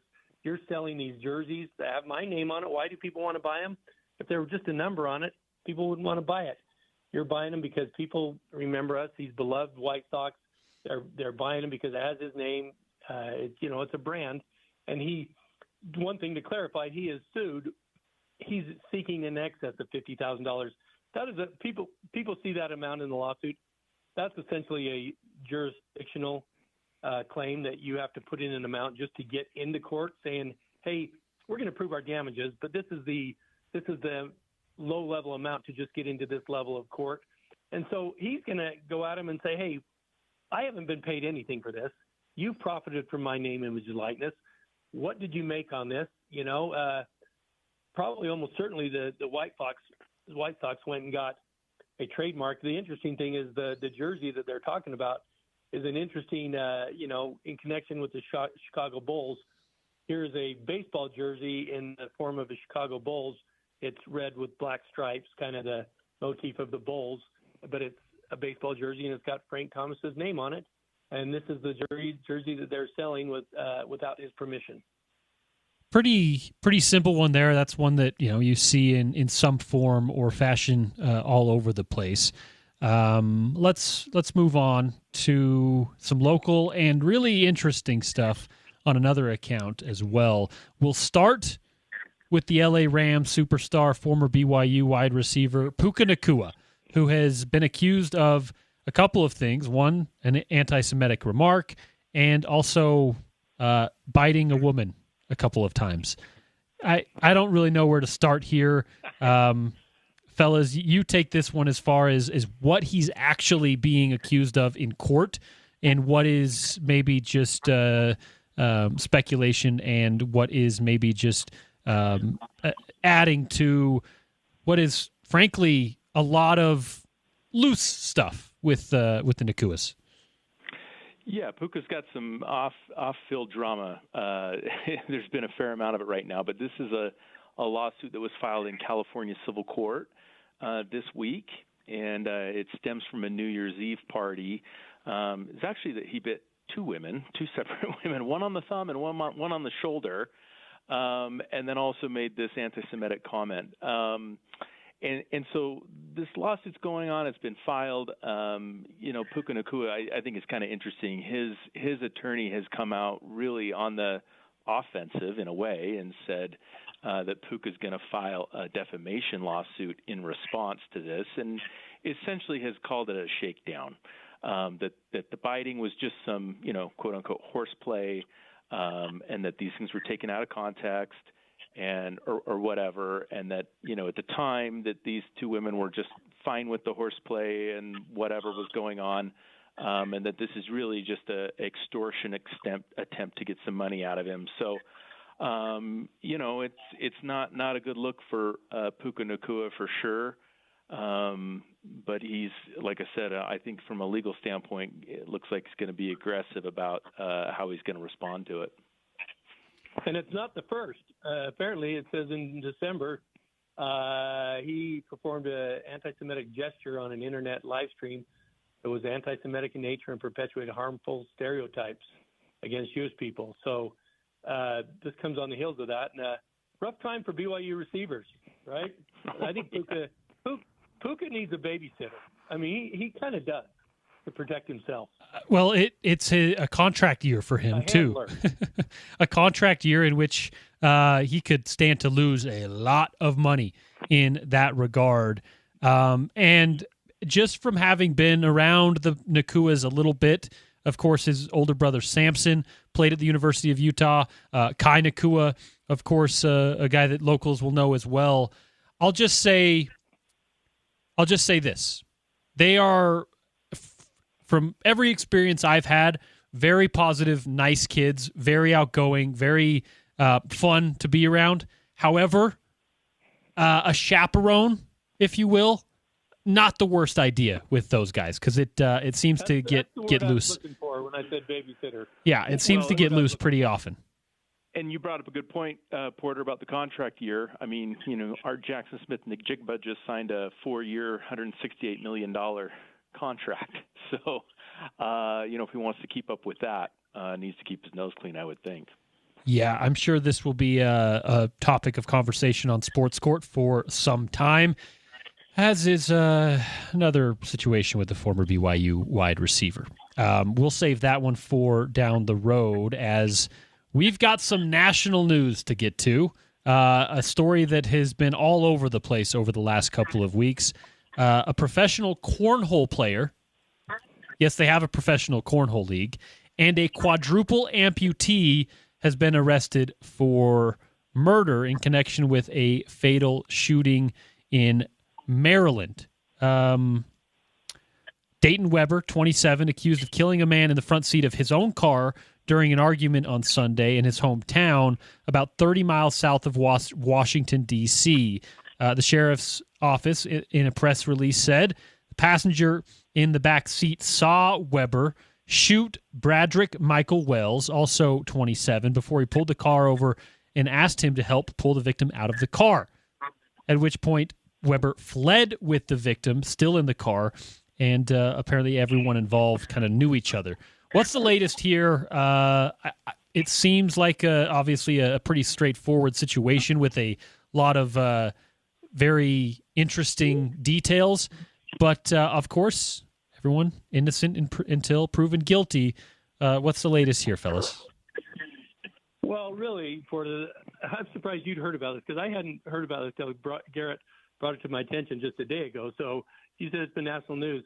Really, what we've been trying to do really hard, and it's taken us years and years, is to somehow get cornhole playing into sports court. Exactly. That's what we've been really trying to do. Well, thank you. It's been really rough. But you mentioned this is a gentleman, Dayton Weber, who his background is he was born with at the time an infection that really risked his life, and as a result, he had to have partial amputations and amputations of both arms and both legs. I mean, really tragic. But he was a kid who was motivated, really loved sports, played, I think it said, football and track and field, playing upon this, Paralympic type stuff. And he's become a really champion cornhole player. There's some YouTube videos out there. It's amazing. There's one of him shooting a gun, which is crazy. But the reason we're talking about it is because he shot and killed someone in a car. You mentioned that this was in Virginia, and he has been arrested, charged with first and second degree murder and other charges. They're trying to haul him back to Maryland to face these charges. There'll be an arraignment. We'll see what's said. You mentioned that who was in the backseat of the car. They found the body. Surveillance tracked down his car. So I'm sure that, these people that were in the car that weren't really ready to assist him in what he was doing, they're going to be talking about it. So we don't know the facts that led up to it, but we know he's been charged in a terrible deal.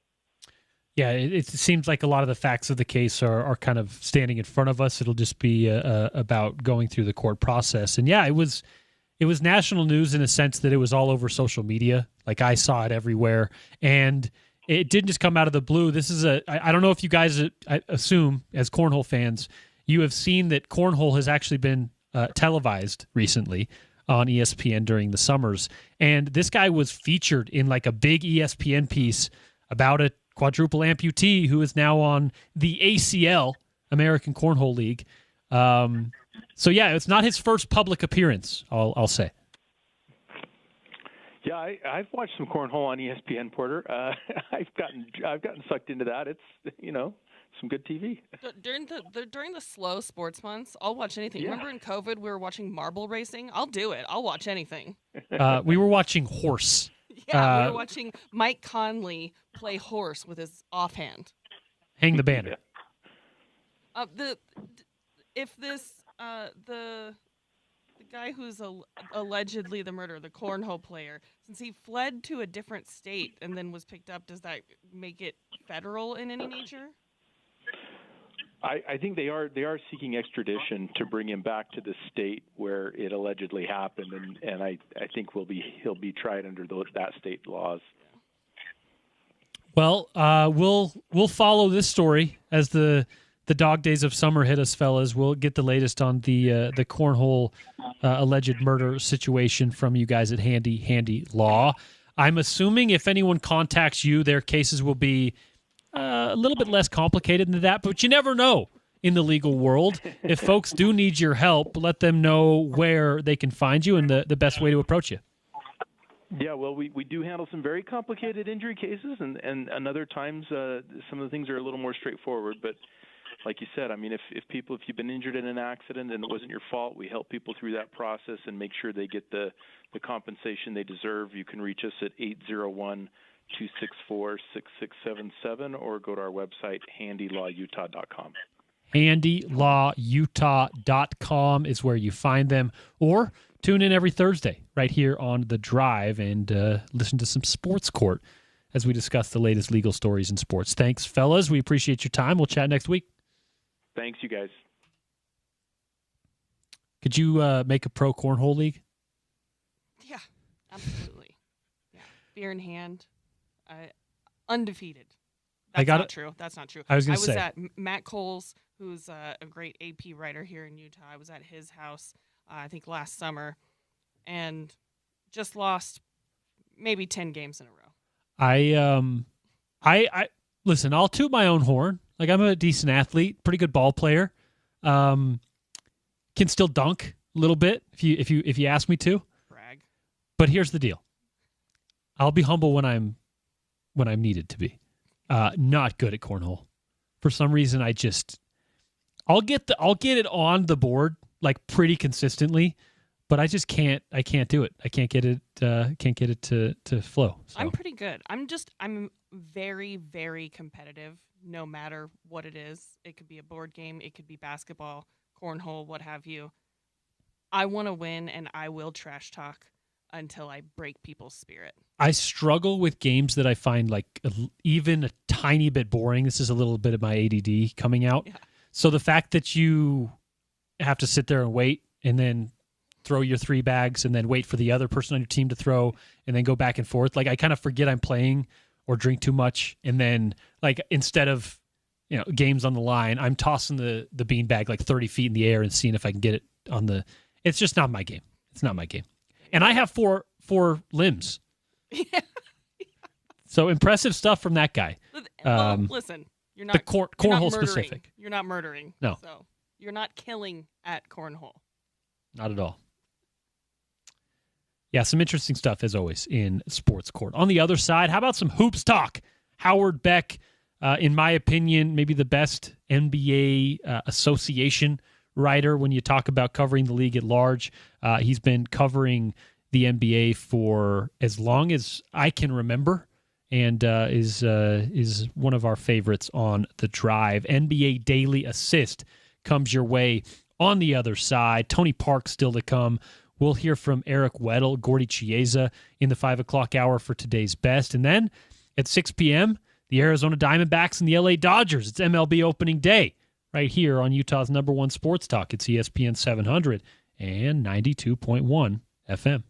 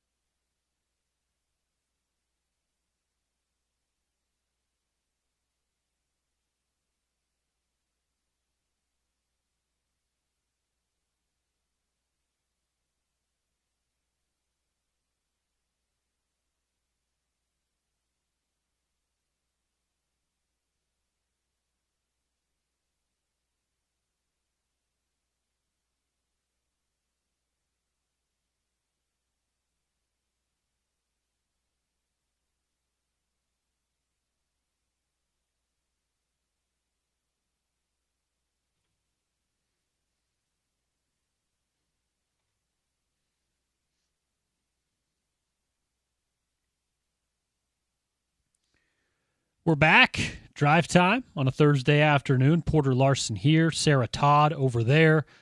Filling in for Spence, who will be back on a Monday edition of the program. ESPN700sports.com or wherever you happen to podcast, Spotify, Apple, Stitcher, Spreaker. Just head over there. Search The Drive with Spence Checketts. Rate, review, and subscribe. It helps out the program. Sarah and I spent, almost an entire segment yesterday doing the music thing. Howard Beck usually is a guy that is happy to discuss some tunes. Sorry, I didn't ask for a walk-up song for you, but I brought you in with some Van Morrison, if that's all right. That's a little old school for my taste, but I respect it. I kind of thought so, even though you're well older than I. Nothing personal. Ouch. You have like a kind of a little hipster feel when it comes to the music stuff, while I listen to stuff from the 50s and 60s. It's okay though. Yeah, we're all good. We're all good. Like I said, I respect the Van Morrison thing. I even respect the dig at my age. It's good. We're cool.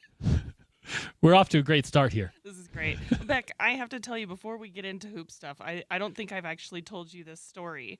2-3 years ago, I was in Liverpool there to watch a soccer game, and at my hotel morning of game day, I saw a man who was indistinguishable from Howard Beck, and I was like, what is Beck doing here?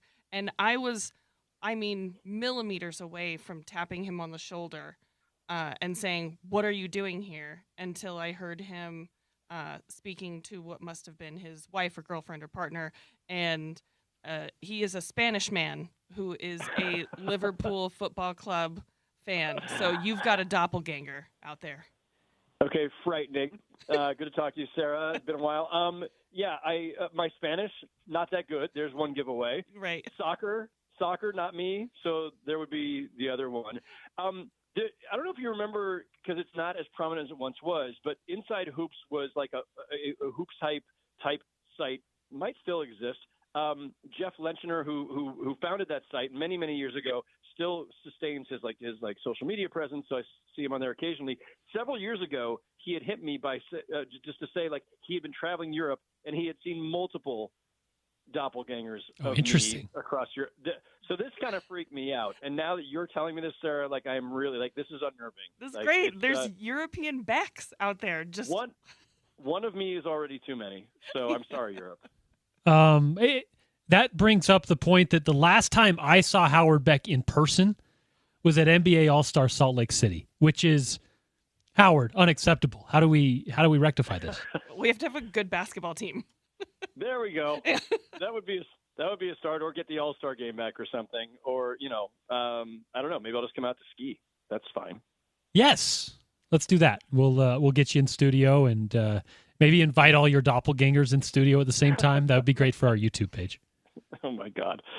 Horrifying. All right, Howard Beck. The NBA yesterday announced an approval for exploratory discussions on NBA expansion in both Las Vegas, Seattle. This has been the rumor mill of the league for several years now and kind of expected at this point. I know you've been kind of on the train of not necessarily needing expansion in the NBA. I wonder what your thoughts are now that it's, one step closer to official. Yeah, they've been kind of telegraphing this for a while, so I don't think anybody should be surprised. I thought it was interesting the way they rolled this out, which was, we're approving the possibility of an exploration of a thing depending on, the moon and the sun and the stars. So, I think people were more expecting something more affirmative, like, yes, we are going to expand. It's a certainty. Yes, it will be this number of teams. Two things were interesting or unusual, I think were unexpected. One was that they approved exploration of expansion instead of actual expansion. And the second part was that they specified Seattle and Vegas specifically, because in past NBA expansions, now listen, when they went to Canada, they knew they wanted to be in Canada and going to Vancouver and Toronto back in '95. But in general, when you're expanding, it's we'll have a bid process. And if Kansas City wants to come in, Louisville, Anaheim, wherever. They've talked about Mexico City for years. They do have a G League team there. So I thought they would be have more of an open-ended kind of process here. And what they did instead was they decided we very much want to be in Seattle, a place that they never should have left, and Vegas, a place that they have made the NBA's, second home practically. I get it. It makes some sense. But I do think it's interesting how much they've hedged. And then Adam Silver at the press conference yesterday, which I was in attendance at, he, said straight up, like, it's not a guarantee that we'll expand to 1, 2. It could be 0, could be one or the other. And we'll see how this goes. But they're going to make a decision by the end of this calendar year. And if they do decide to go forward with 1 or 2 teams in those cities, then it would be to start play in 2028. So we are still, maybe 6, 7, 8 months away from a definitive decision. And then if they decide to go forward, we're 2 years away from, a new team or 2 making their debuts. My skepticism. I wrote about it again today. I wrote about it last year. I don't personally feel like there's enough talent to go around to have 32 respectable teams. There's barely ability to have 30 respectable teams. And obviously, there's a math game here, right? You're going to have winners and losers. So I'm not saying that there's a world where everybody goes 41-41, but even if you account for the Jazz tanking and the Wizards tanking, the Nets tanking, like tanking alone does not explain why so many teams are so bad. I think there's just simply not enough top shelf talent. And I do worry about dilution, but the league seems less concerned than I am, and it's their league. Yeah, Howard, to your point, the vagueness of this, I think, is what's been most frustrating for me. I mean, I'm pretty sure that at every, what Adam Silver has these sort of press conferences, 4 times a year or so, and at every one for probably at least the last 10 years, expansion has been brought up. And at every single one of these press conferences, it's been, push down the line, push down the line, push down the line. And then we get to yesterday, and when he's talking about tanking yesterday, he's really explicit in like, we're going to have a special board meeting in May so that we can vote on modifications. Like, he's giving really specific dates and end goals. And like you said, it's still just so vague when it comes to expansion. Like this, we voted that we are allowing to explore the option for undetermined date in the future. Yeah. Yeah, I mean, the difference between the two, of course, is that tanking is a serious crisis that they have to address because the integrity and reputation of the league is at stake, and they believe it's all really unsightly, and they all agree on this, right? It's a really funny kind of contradiction here where in the room at the Board of Governors meeting, all 30 owners or the representatives are sitting there saying, yeah, this is really bad for the league. So collectively, they know that they need to fix this, but individually, they're still going to act out of self-interest. And it's this really fascinating dynamic where they are competitors, but they're also partners. As partners, they understand this is damaging to the league. As competitors and as individual business owners, they're what people do. They're trying to find every edge possible. And so if it's in the Jazz's best interest to tank, they're going to tank. And, but they do collectively understand and recognize, what, the system's rewarding some of the wrong incentives, and we need to fix this. So they will. They'll have their meeting in May. I'll be fascinated to see what they roll out this time in terms of reforms and what that does to the lottery and all of it. The expansion thing obviously is a different kind of process, and they have to decide. It's much more just purely money driven, right? They split the pie 30 ways right now, and they're going to have to decide if they wanted to split it 32 ways. And the way that you do that and have it make sense for all the current owners is to make sure that the expansion fees are so high that when you split those 30 ways, it makes up for the loss of revenue that you're having when you start splitting the whole pie 32 ways in the future. So they're hoping to get 8 to 10 billion per team. If it falls well short of that, if they were to get only, in scare quotes, only $5 billion per team, I don't think they're going to expand. And I've talked to people around the league who have said basically like they need to hit a certain target number for this to pencil out. Speaking of the anti-tanking measures, of course, the policies that we've seen, I guess, teased or bounced around different ideas to solve this thing. There's still a player participation policy in place, and the NBA Players Association released a statement a few days ago regarding the Bucks, regarding Giannis Antetokounmpo, and that situation where, Howard, they said that the NBA and the game itself will continue to suffer as long as ownership goes unchecked. Again, wrote by the NBA Players Association. What do you see them meaning by that? Yes, with the Giannis situation, but zooming out from there as well. Well, Giannis, he has been legitimately hurt. But what the union is saying here, and I think it would be helpful if we heard from Giannis. I don't know. I can't recall the last time we heard from him. But trust me on this. The union is not acting without having been in contact with Giannis and or his representatives. So I think what we can deduce, and besides that, there was reporting by both The Athletic, Eric Name, who covers the Bucks full-time, and ESPN. Both had reports about, a week or so ago, long before the union put out the statement, there were reports that the Bucks wanted to shut Giannis down. Giannis, when healthy, wanted to play. And obviously there's a bunch of different things in play here. If you're the Bucks, you probably still, even though they probably can't move a lot in either direction in the standings, they're incentivized to lose at this point. It's a lost season. They're not making the play-in or the playoffs. Also, because they're likely to end up trading Giannis this offseason, you probably don't want to put him in harm's way. So, okay, protect the asset. There are a number of reasons why the Bucks might not want him to play. But Giannis, he's a proud competitor, and if he's healthy, wants to play. The union's not raising this kind of stink if Giannis isn't clamoring about this, and if there is not an actual conflict between Giannis and Bucks management. And that's where we are. It's in their interest to not have him play. It's in his interest, as far as he's concerned, to play. And I'd be curious to see how this goes from here, because the union could file a grievance on his behalf, I suppose would be the next step.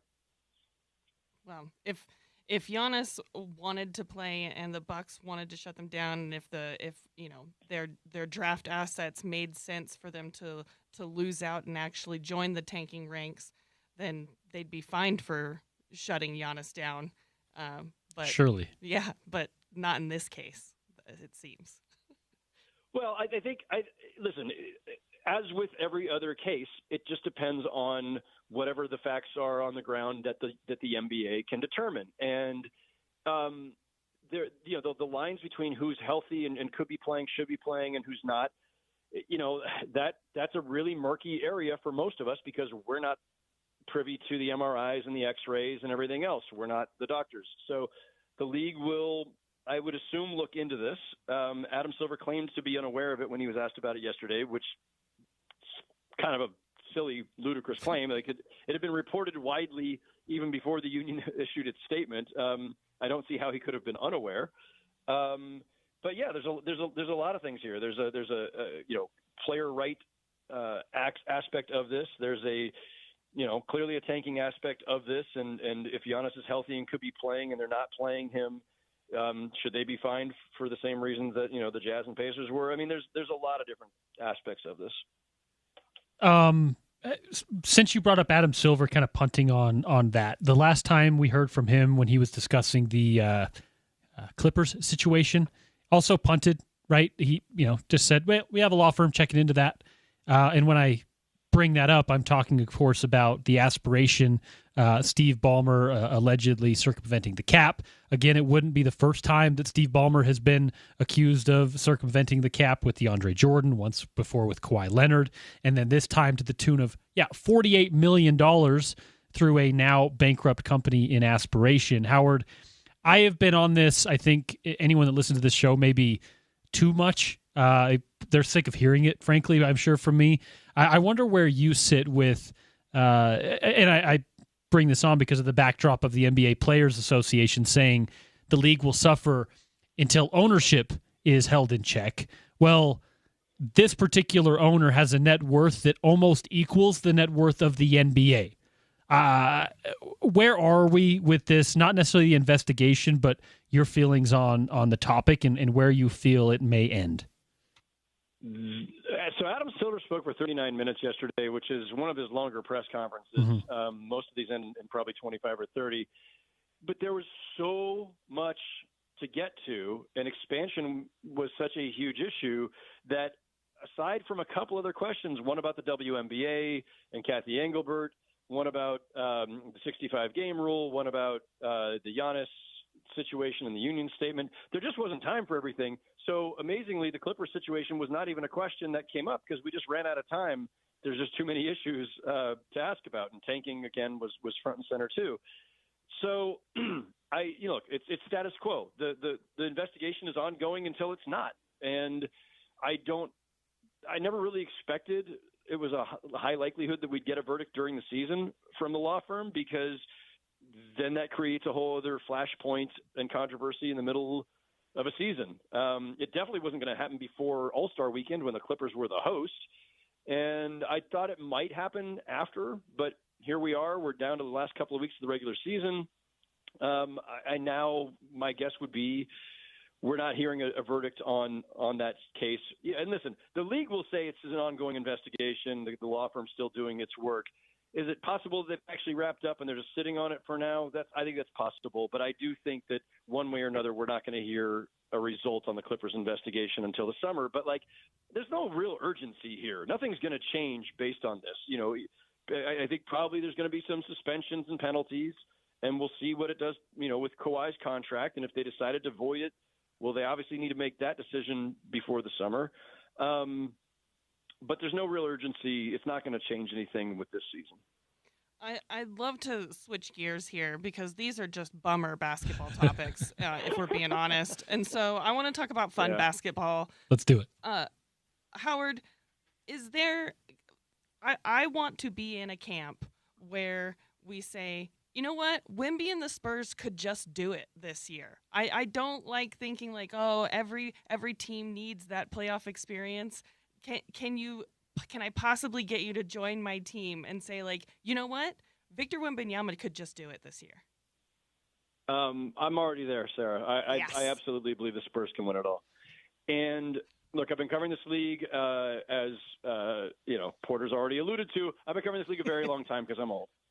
And I have always held fast to certain NBA kind of laws of operation here, just the axioms of the NBA postseason, including the fact that young teams don't win and playoff experience is important, and you got to get your butt kicked and then come back the next year and try to win a round, and then you probably get your butt kicked in the second round or the conference finals.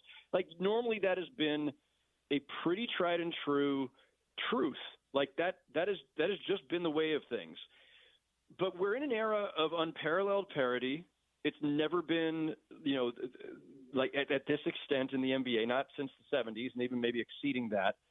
And we just saw the Oklahoma City Thunder become the second youngest team in 70 years to win a championship, and they had only won one playoff series prior to that. So I think it's probably safe to conclude that in this era, experience matters less than some combination of talent and chemistry and depth. And the Thunder had all of that. I think the Spurs have all of that. And Wemby's so dominant and so unique. And the combination of, De'Aaron Fox and Dylan Harper, Stephon Castle, Devin Vassell, they just have so many ways to attack. They're great defensively. That when you line them up against other teams in the West or in the East for that matter, you think why is anybody going to beat this team 4 out of 7? No, they don't have the playoff experience. And yeah, it is a different game. And yeah, some combination of nerves and know-how and all that could come into play. But I just think they're so incredibly talented. I think that it basically obliterates all the other factors. Yeah, I think I'm with you guys on that one. Victor Wembanyama is just such a unique talent that it's, especially in basketball, which is a matchup-dependent sport, especially when you get into a 7-game series. How do you match up with that? What do you throw at him that's going to change what he does on the floor? It's really tough to single anything out as far as trying to defend or score on one Victor Wembanyama. You mentioned Oklahoma City. When you look at the Western Conference, Howard, the Denver Nuggets and LA Lakers are currently the other top 4 teams. How many of those, and if you want to add in a Minnesota or Houston or, hey, Clippers with a healthy Kawhi Leonard, how many of them are capable of winning an NBA championship in the Western Conference? My answer to that question's changed probably multiple times this year. I don't want to say I'm not convinced by the Lakers' recent winning trend because they've been incredible. They've been great. 9-1 in the last 10. Yeah, and they've beaten some really good teams along the way, and Luka's been incredible, and he's put himself back in the MVP conversation, and LeBron has been awesome as a second to third option, which is a weird sentence to say, but it's just true. They've been fantastic, and the defense has held up, and I don't know that I want to place a ton of stock in a 10-game sample. I do think that, as great as they've been defensively for the last month or so, they were so bad earlier in the season. I don't know that I trust their depth. I still put them in a tier behind San Antonio and Oklahoma. And where the Lakers are with respect to, say, Denver or Minnesota or anybody else you want to throw in there, like I've already written off the Rockets. That's one team that is, I don't think, in this. I was not sold on them from the moment Van Vliet went down anyway before the season. But it may be more than a 2-team race, but I do think San Antonio and Oklahoma are clearly better than the Lakers and clearly better than everybody else. Same question on the Eastern Conference front. The Detroit Pistons, they're the only team that's clinched their spot in the playoffs, but the Boston Celtics not too far behind. The Knicks only a game in the loss column behind Boston. And then the Cleveland Cavaliers, with the addition of James Harden, have been playing some good basketball as of late as well. Where do you see the Eastern Conference fit as far as the amount of teams that are capable of winning an NBA championship now that we are in the final 10 games of the regular season? It's pretty much those 4 teams, and it's if you had said any 2 of those 4 were in the conference finals or any one of those 4 is in the NBA finals, I wouldn't be shocked. Yeah. I think the Pistons are kind of tough to assess right now with Cade Cunningham out with that collapsed lung. We don't know when he's back. Is he going to be back by the end of the regular season or in the first round? What kind of condition will he be in? Is that too much for them to overcome? But up until the time that he went down, I thought the Pistons were as legit a possibility as anybody. The Celtics, of course, have thrown an unexpected wrench into all this by 1, being great throughout the season when we all thought they were taking a gap year without Tatum, and then 2, Tatum coming back. And they just have been incredible. Tatum, it's been a little up and down since he's come back, but he's looking really good. Jaylen Brown has been awesome. And if you had to pick somebody right now in the East, the Celtics are probably the team that we'd all have the most confidence in based on their championship experience and that lineup and just a great 1-2 punch with Brown and Tatum. But, the Knicks did knock them out of the playoffs last year. The Cavaliers, I think, are an improved team now with Harden there. The Pistons, as we discussed, young and incredibly tough. It really is it's going to come down to matchups probably and who sees each other when. But it's really those 4 teams, and I could see, any of them emerging. Yeah, with you on that one. It's going to be fun to watch it unfold. And, of course, we'll have Howard Beck along for the ride throughout the postseason, of course, without any Jazz basketball involved there. Howard Beck of The Ringer, at Howard Beck, easy to find on socials, on Twitter, on Blue Sky, wherever you want to find him. We appreciate your time as always, Howard. We will plan on chatting next week. Thanks, man. Appreciate it, Porter. Talk to you next week. Sarah, great talking to you. We'll see y'all soon. One of my favorites in the NBA world. Howard. I've been reading Howard Beck. I said as long as I can remember. I don't want to belabor the fact that he's old because he's not that old. I'm just saying I just recall reading his stuff as a child. Yeah. So it's just a testament to his place in the business. Man, I mean, first of all, I love Howard Beck so much. He's been so great to me throughout my career. Also, talking to him right now, maybe it's just because I've been covering the Jazz for the last 4 years.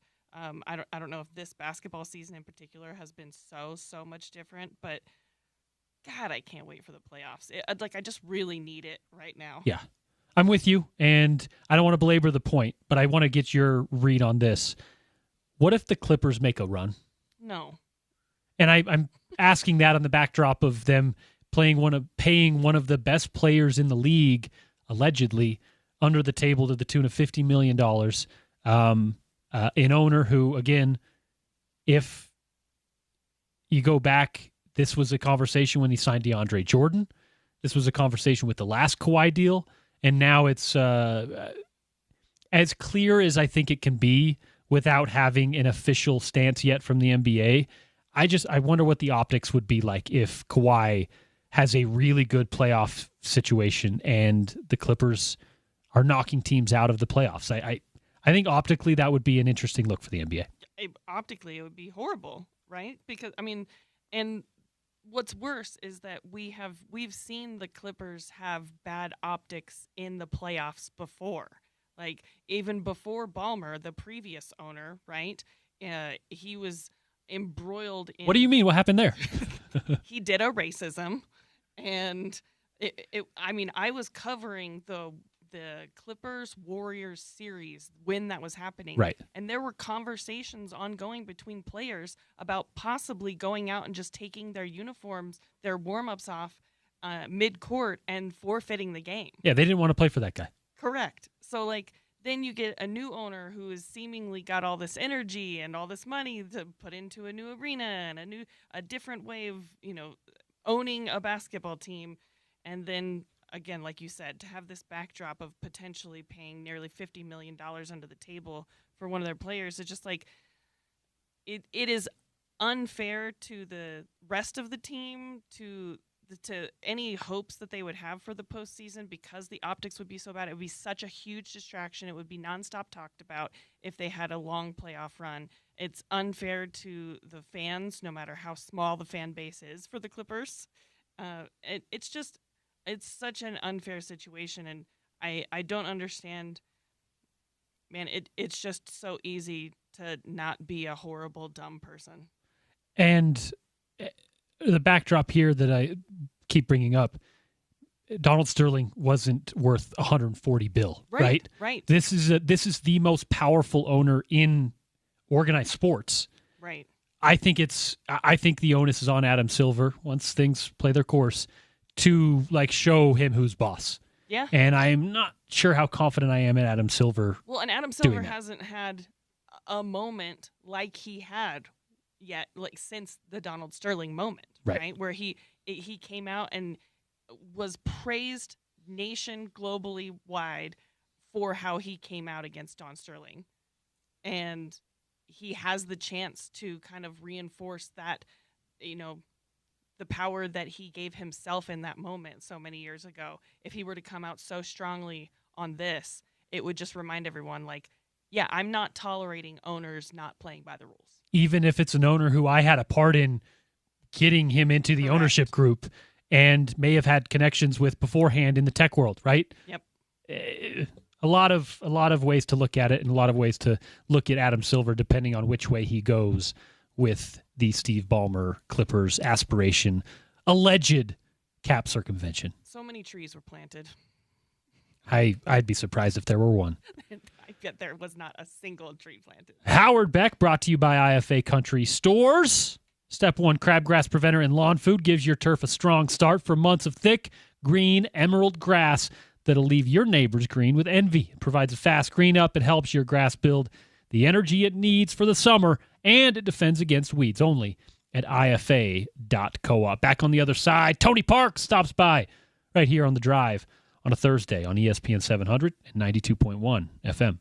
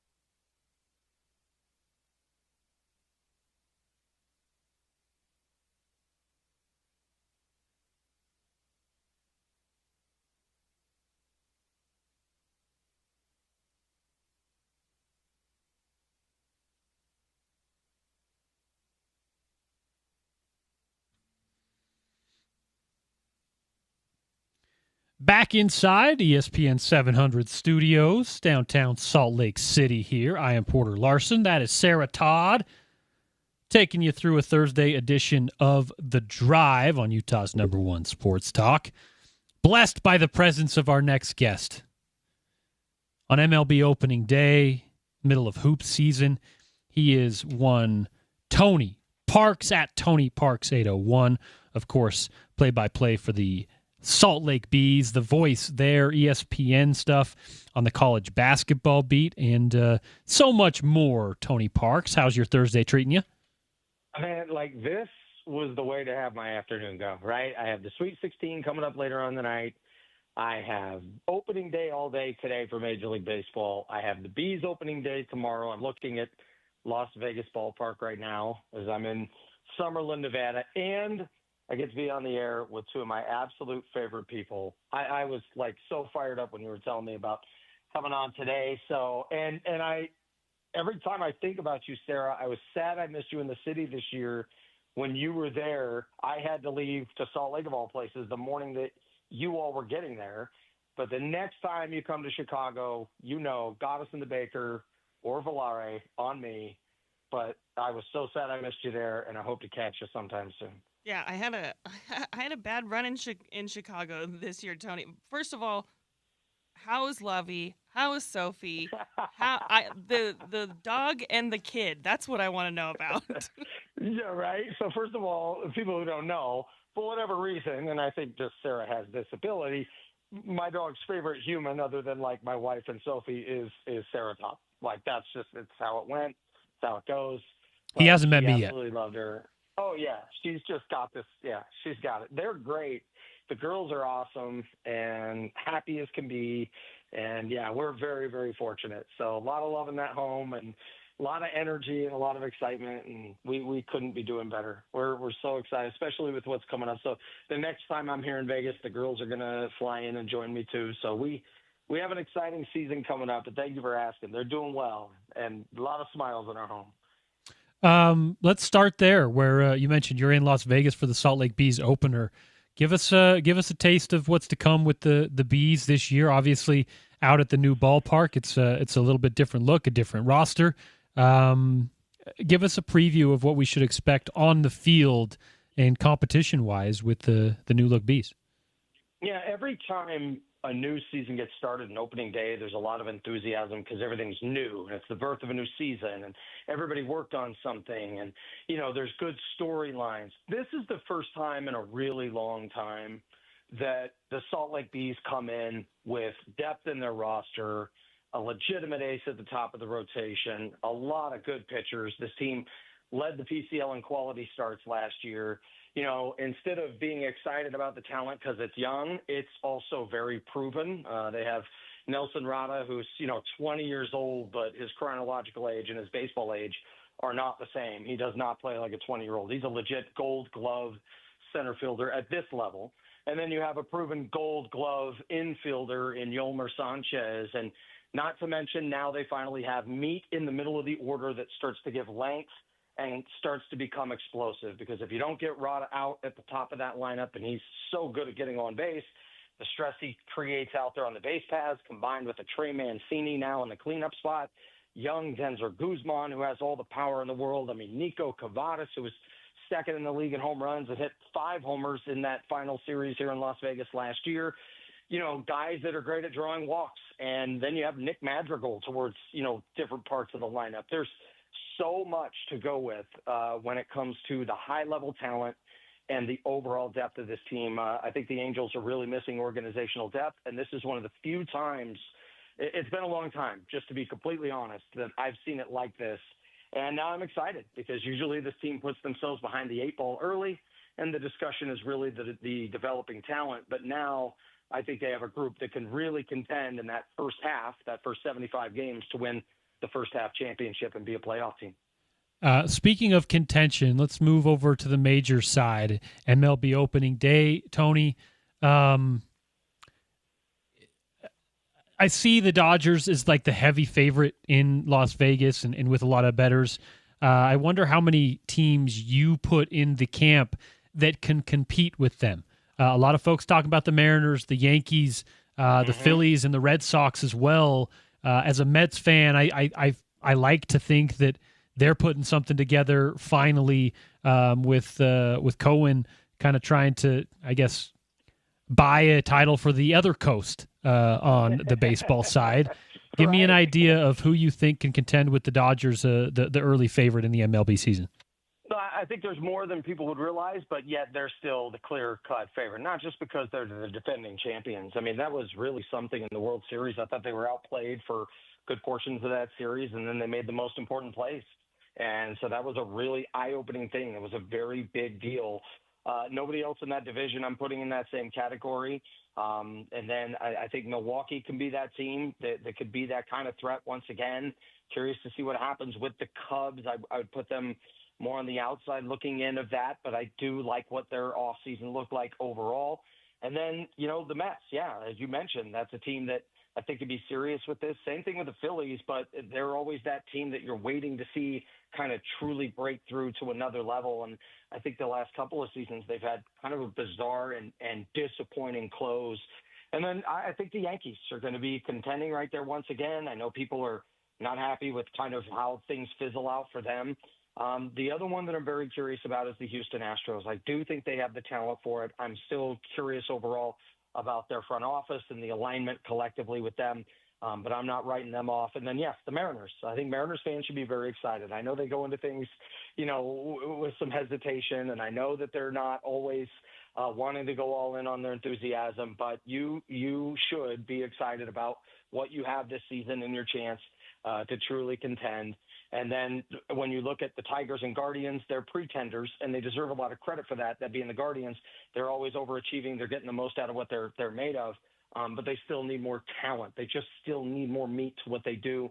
And then the Tigers, while that was a disappointing finish to their regular season on how they gave up that huge lead, they're that team that I'd put on the outside looking in too. So a number of teams can get in there and they can win a series. And when things happen, you never know. And the Blue Jays, obviously, I clearly am not going to ignore them.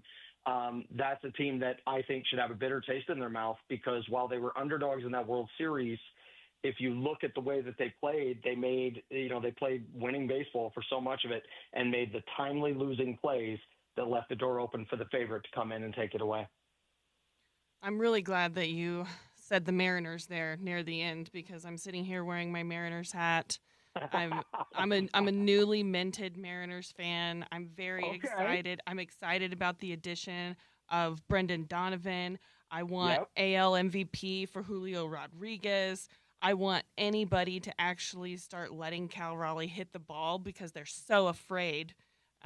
All of these cowards out here playing baseball. That's what I see. So I'm excited about the Mariners season. Well, and the big dumper, man, I tell you, that dude, as you say, I mean, he's got what it takes. I mean, he's got superstar talent, capability. They have so much of what you want to eventually be a World Series champion. They lose in a 7-game series against a really good team. There was nothing to be ashamed of there. And when I go to Tacoma, I'm seeing why they're good. I'm looking at the depth. They have a lot of explosive players that are not playing on that roster, and I'm going, oh, man. So even if they end up with some injuries, they have a number of good weapons to go to at different parts of the order, power, speed, pitching. They've got a great influx of talent. Now you're watching a lot of it there in Seattle.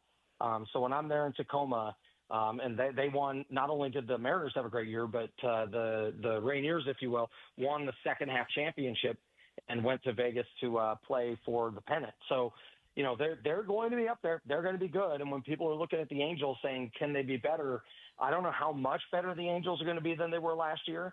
But I know a lot of people have very little patience on, is progress considered sufficient? And, just because you improved from a 99-loss team doesn't mean that people are going to consider a repeat of last year sufficient. Let's not fast forward to October just yet. It is March. We have the Sweet 16 tonight.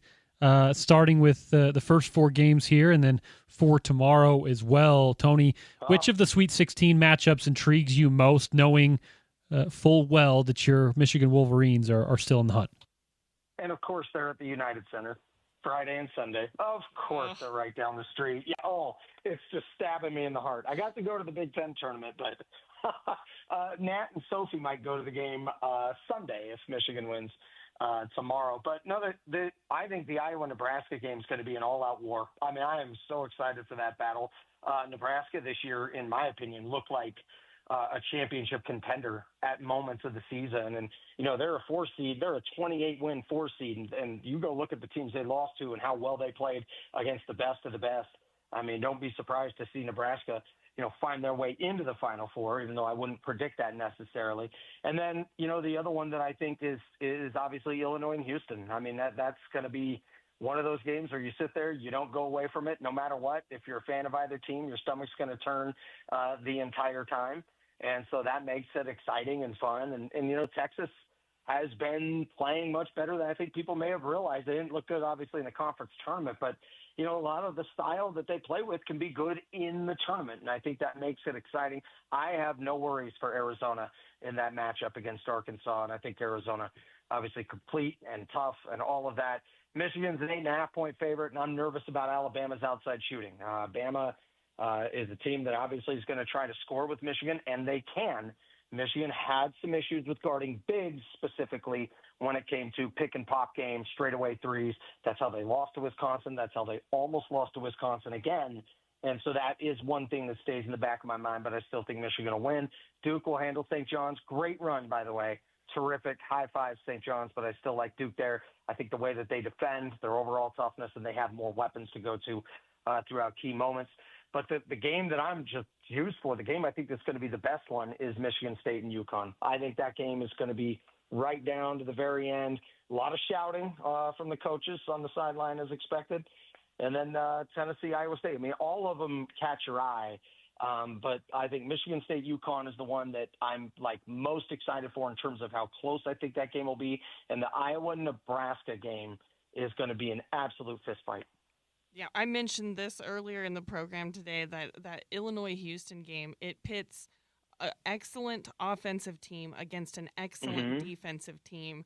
And that just intrigues me because, you rarely get one team that is so trained in on one side of the ball against a team that does the opposite. And so I love defense against offense to see who wins. Yeah, I'm right there with you on that. And then you look at, the Houston Cougars and the Ken Palm ratings have them as the number 4, as you mentioned, when it comes to defensive rating. And then clearly with the high 5, that's what's going to happen with Illinois and their explosiveness. I like Houston. I really, really like them in that battle because Houston's also, 10th best on offense. They're very balanced. And I think that, when it comes to the game's most important possessions, I think Houston's just overall the better team. But and I know, all of a sudden the team shoots 14 for 26 from the outside, even when they're contested, and then we're having a totally different conversation for the weekend. So that's what makes the big dance a lot of fun. And I like it that you still have some upsets in that first and second round, but overall we're coming into the Sweet 16 and the Elite 8 with teams that are really built to maybe make a run and win the national title. Do you think that there's a chance that Arkansas can upset Arizona? Yeah, but I mean, a chance meaning it's possible, but if you really make me bet on it, no.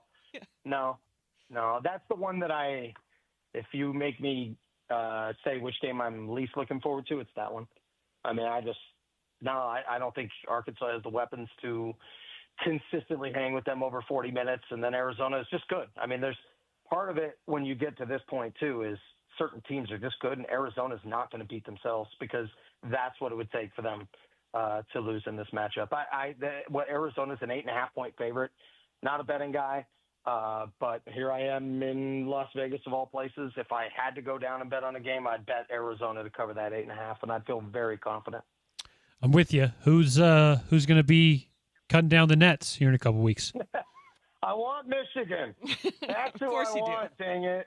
I want Michigan so bad, but my pick is Duke. Not going with the safe one either. Just my pick is Duke. In that matchup that Duke had with Michigan too, I thought they, even though it was a hard fought, well played game, both sides back and forth. If you go back and watch it, Duke really dictated the terms. Michigan struggled with them on the offensive glass. Michigan has a weapon that no other team has, which is that vertical spacing and the way they use it with Mara. But I think Duke did a really nice job overall defending all the different ways that Michigan can play. And so I think that was big. As much as I want Michigan, I think the Kaysen injury is much bigger than people think, because Cadeau is going to have to play so many minutes, and I think that will show that his outside shooting percentage could dip with some more of the stressful minutes that he'll now have to play to cover up some of that. So, I want Michigan, but my pick is going to be Duke to win the national title. Frankly, we haven't seen Cam Boozer have like an outstanding game in the tournament yet, and so it's coming. Yeah, we're due, right? Like, and if anything, the less liked Boozer twin has been outshining him so far. So I'm just right. It's shocking to me that we haven't seen Cam Boozer. I'm honestly like, I don't like to root for Duke or like anything that comes out of Duke. Except for Christian Laettner. No, I'm just but okay, so the one that everybody hates. Yeah, I do love the one that everybody hates. I'm a Christian Laettner fan. but I want Cameron Boozer to have more run in the tournament just so that he can at least show that he is what has been hyped up to be, because on the national stage right now it just hasn't been showing. Yep. No, you're right. And people, one of the big statements that people will make is, oh sure, you need everybody to play well. It really takes everybody, but your stars really got to shine. Yeah. And the fact that Duke has been able to, and you can call it get away with it, whatever, but they've still been able to, go out there and win. And I know clearly they were not happy with the way they played in the first round and were very vocal about that. But I look at it overall and go, with him, certain players, it's a matter of when and not if. And when it comes to this Boozer in this level of college basketball, it's when, not if. Now, Carlos Boozer at the next level, the defense was not a matter of when. And we all knew better. But it's funny to have fun with it now. But in all seriousness, to your point, I mean, Sarah, it's not that he's waiting for the lights to get bright. It's not any of that. I just, he's a player that, you shuffle the deck this many times. You're going to have some pedestrian performances. You're going to have elite. I mean, clearly with all eyes on him and so much on the line, I expect him to play well. I expect Duke to play well, and I expect them to win it all. TP, have a good call this week, and enjoy the weekend series. We'll see you at the ballpark soon. All right, man. Thank you so much, Sarah. Take good care of yourself. We'll chat with you all soon. Chat soon. Tony Parks at Tony Parks 801, voice of the Bees, of course, on the college basketball stuff for ESPN and otherwise. Always appreciate his time. Brought to you today by Advanced Windows.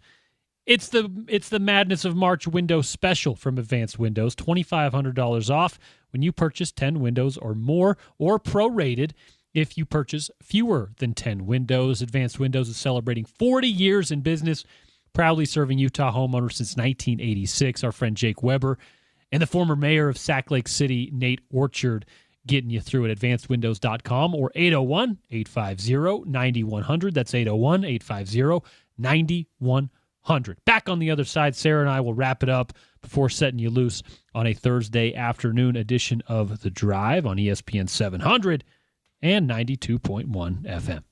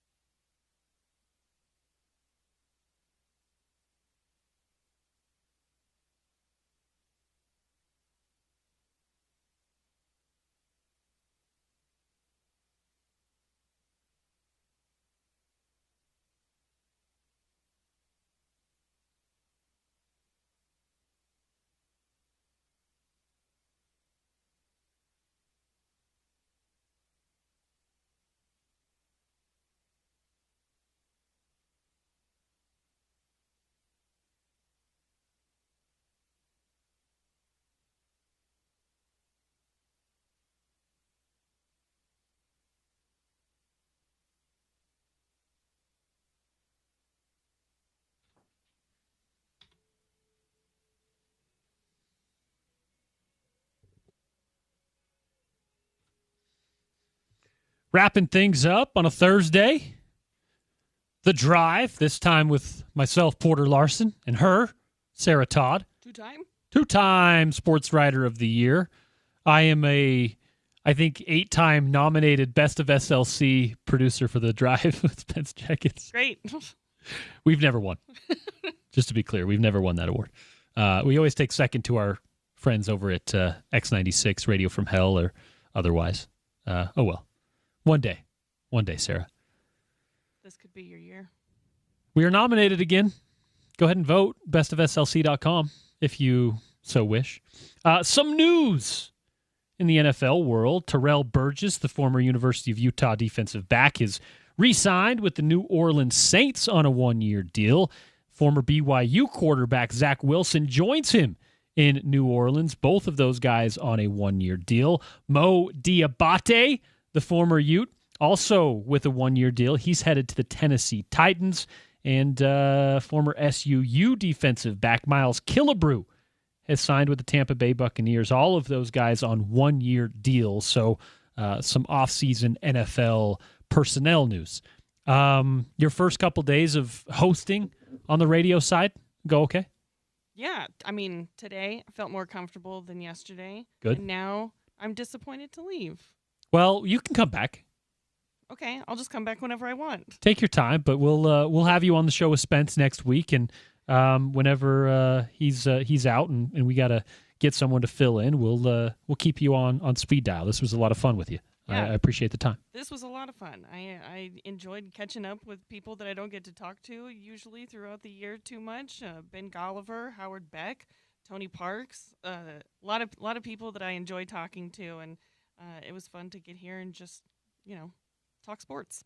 It was indeed. Appreciate it very much. That is Sarah Todd. I am Porter Larson. You get today's best coming up next. Gordy Chiesa and Eric Weddle from earlier on the program with Sean O'Connell. And then at 6 o'clock, it is the Las Vegas favorite LA Dodgers kicking off the MLB season against the Arizona Diamondbacks right here, Utah's #1 sports talk. It's ESPN 700 and 92.1 FM.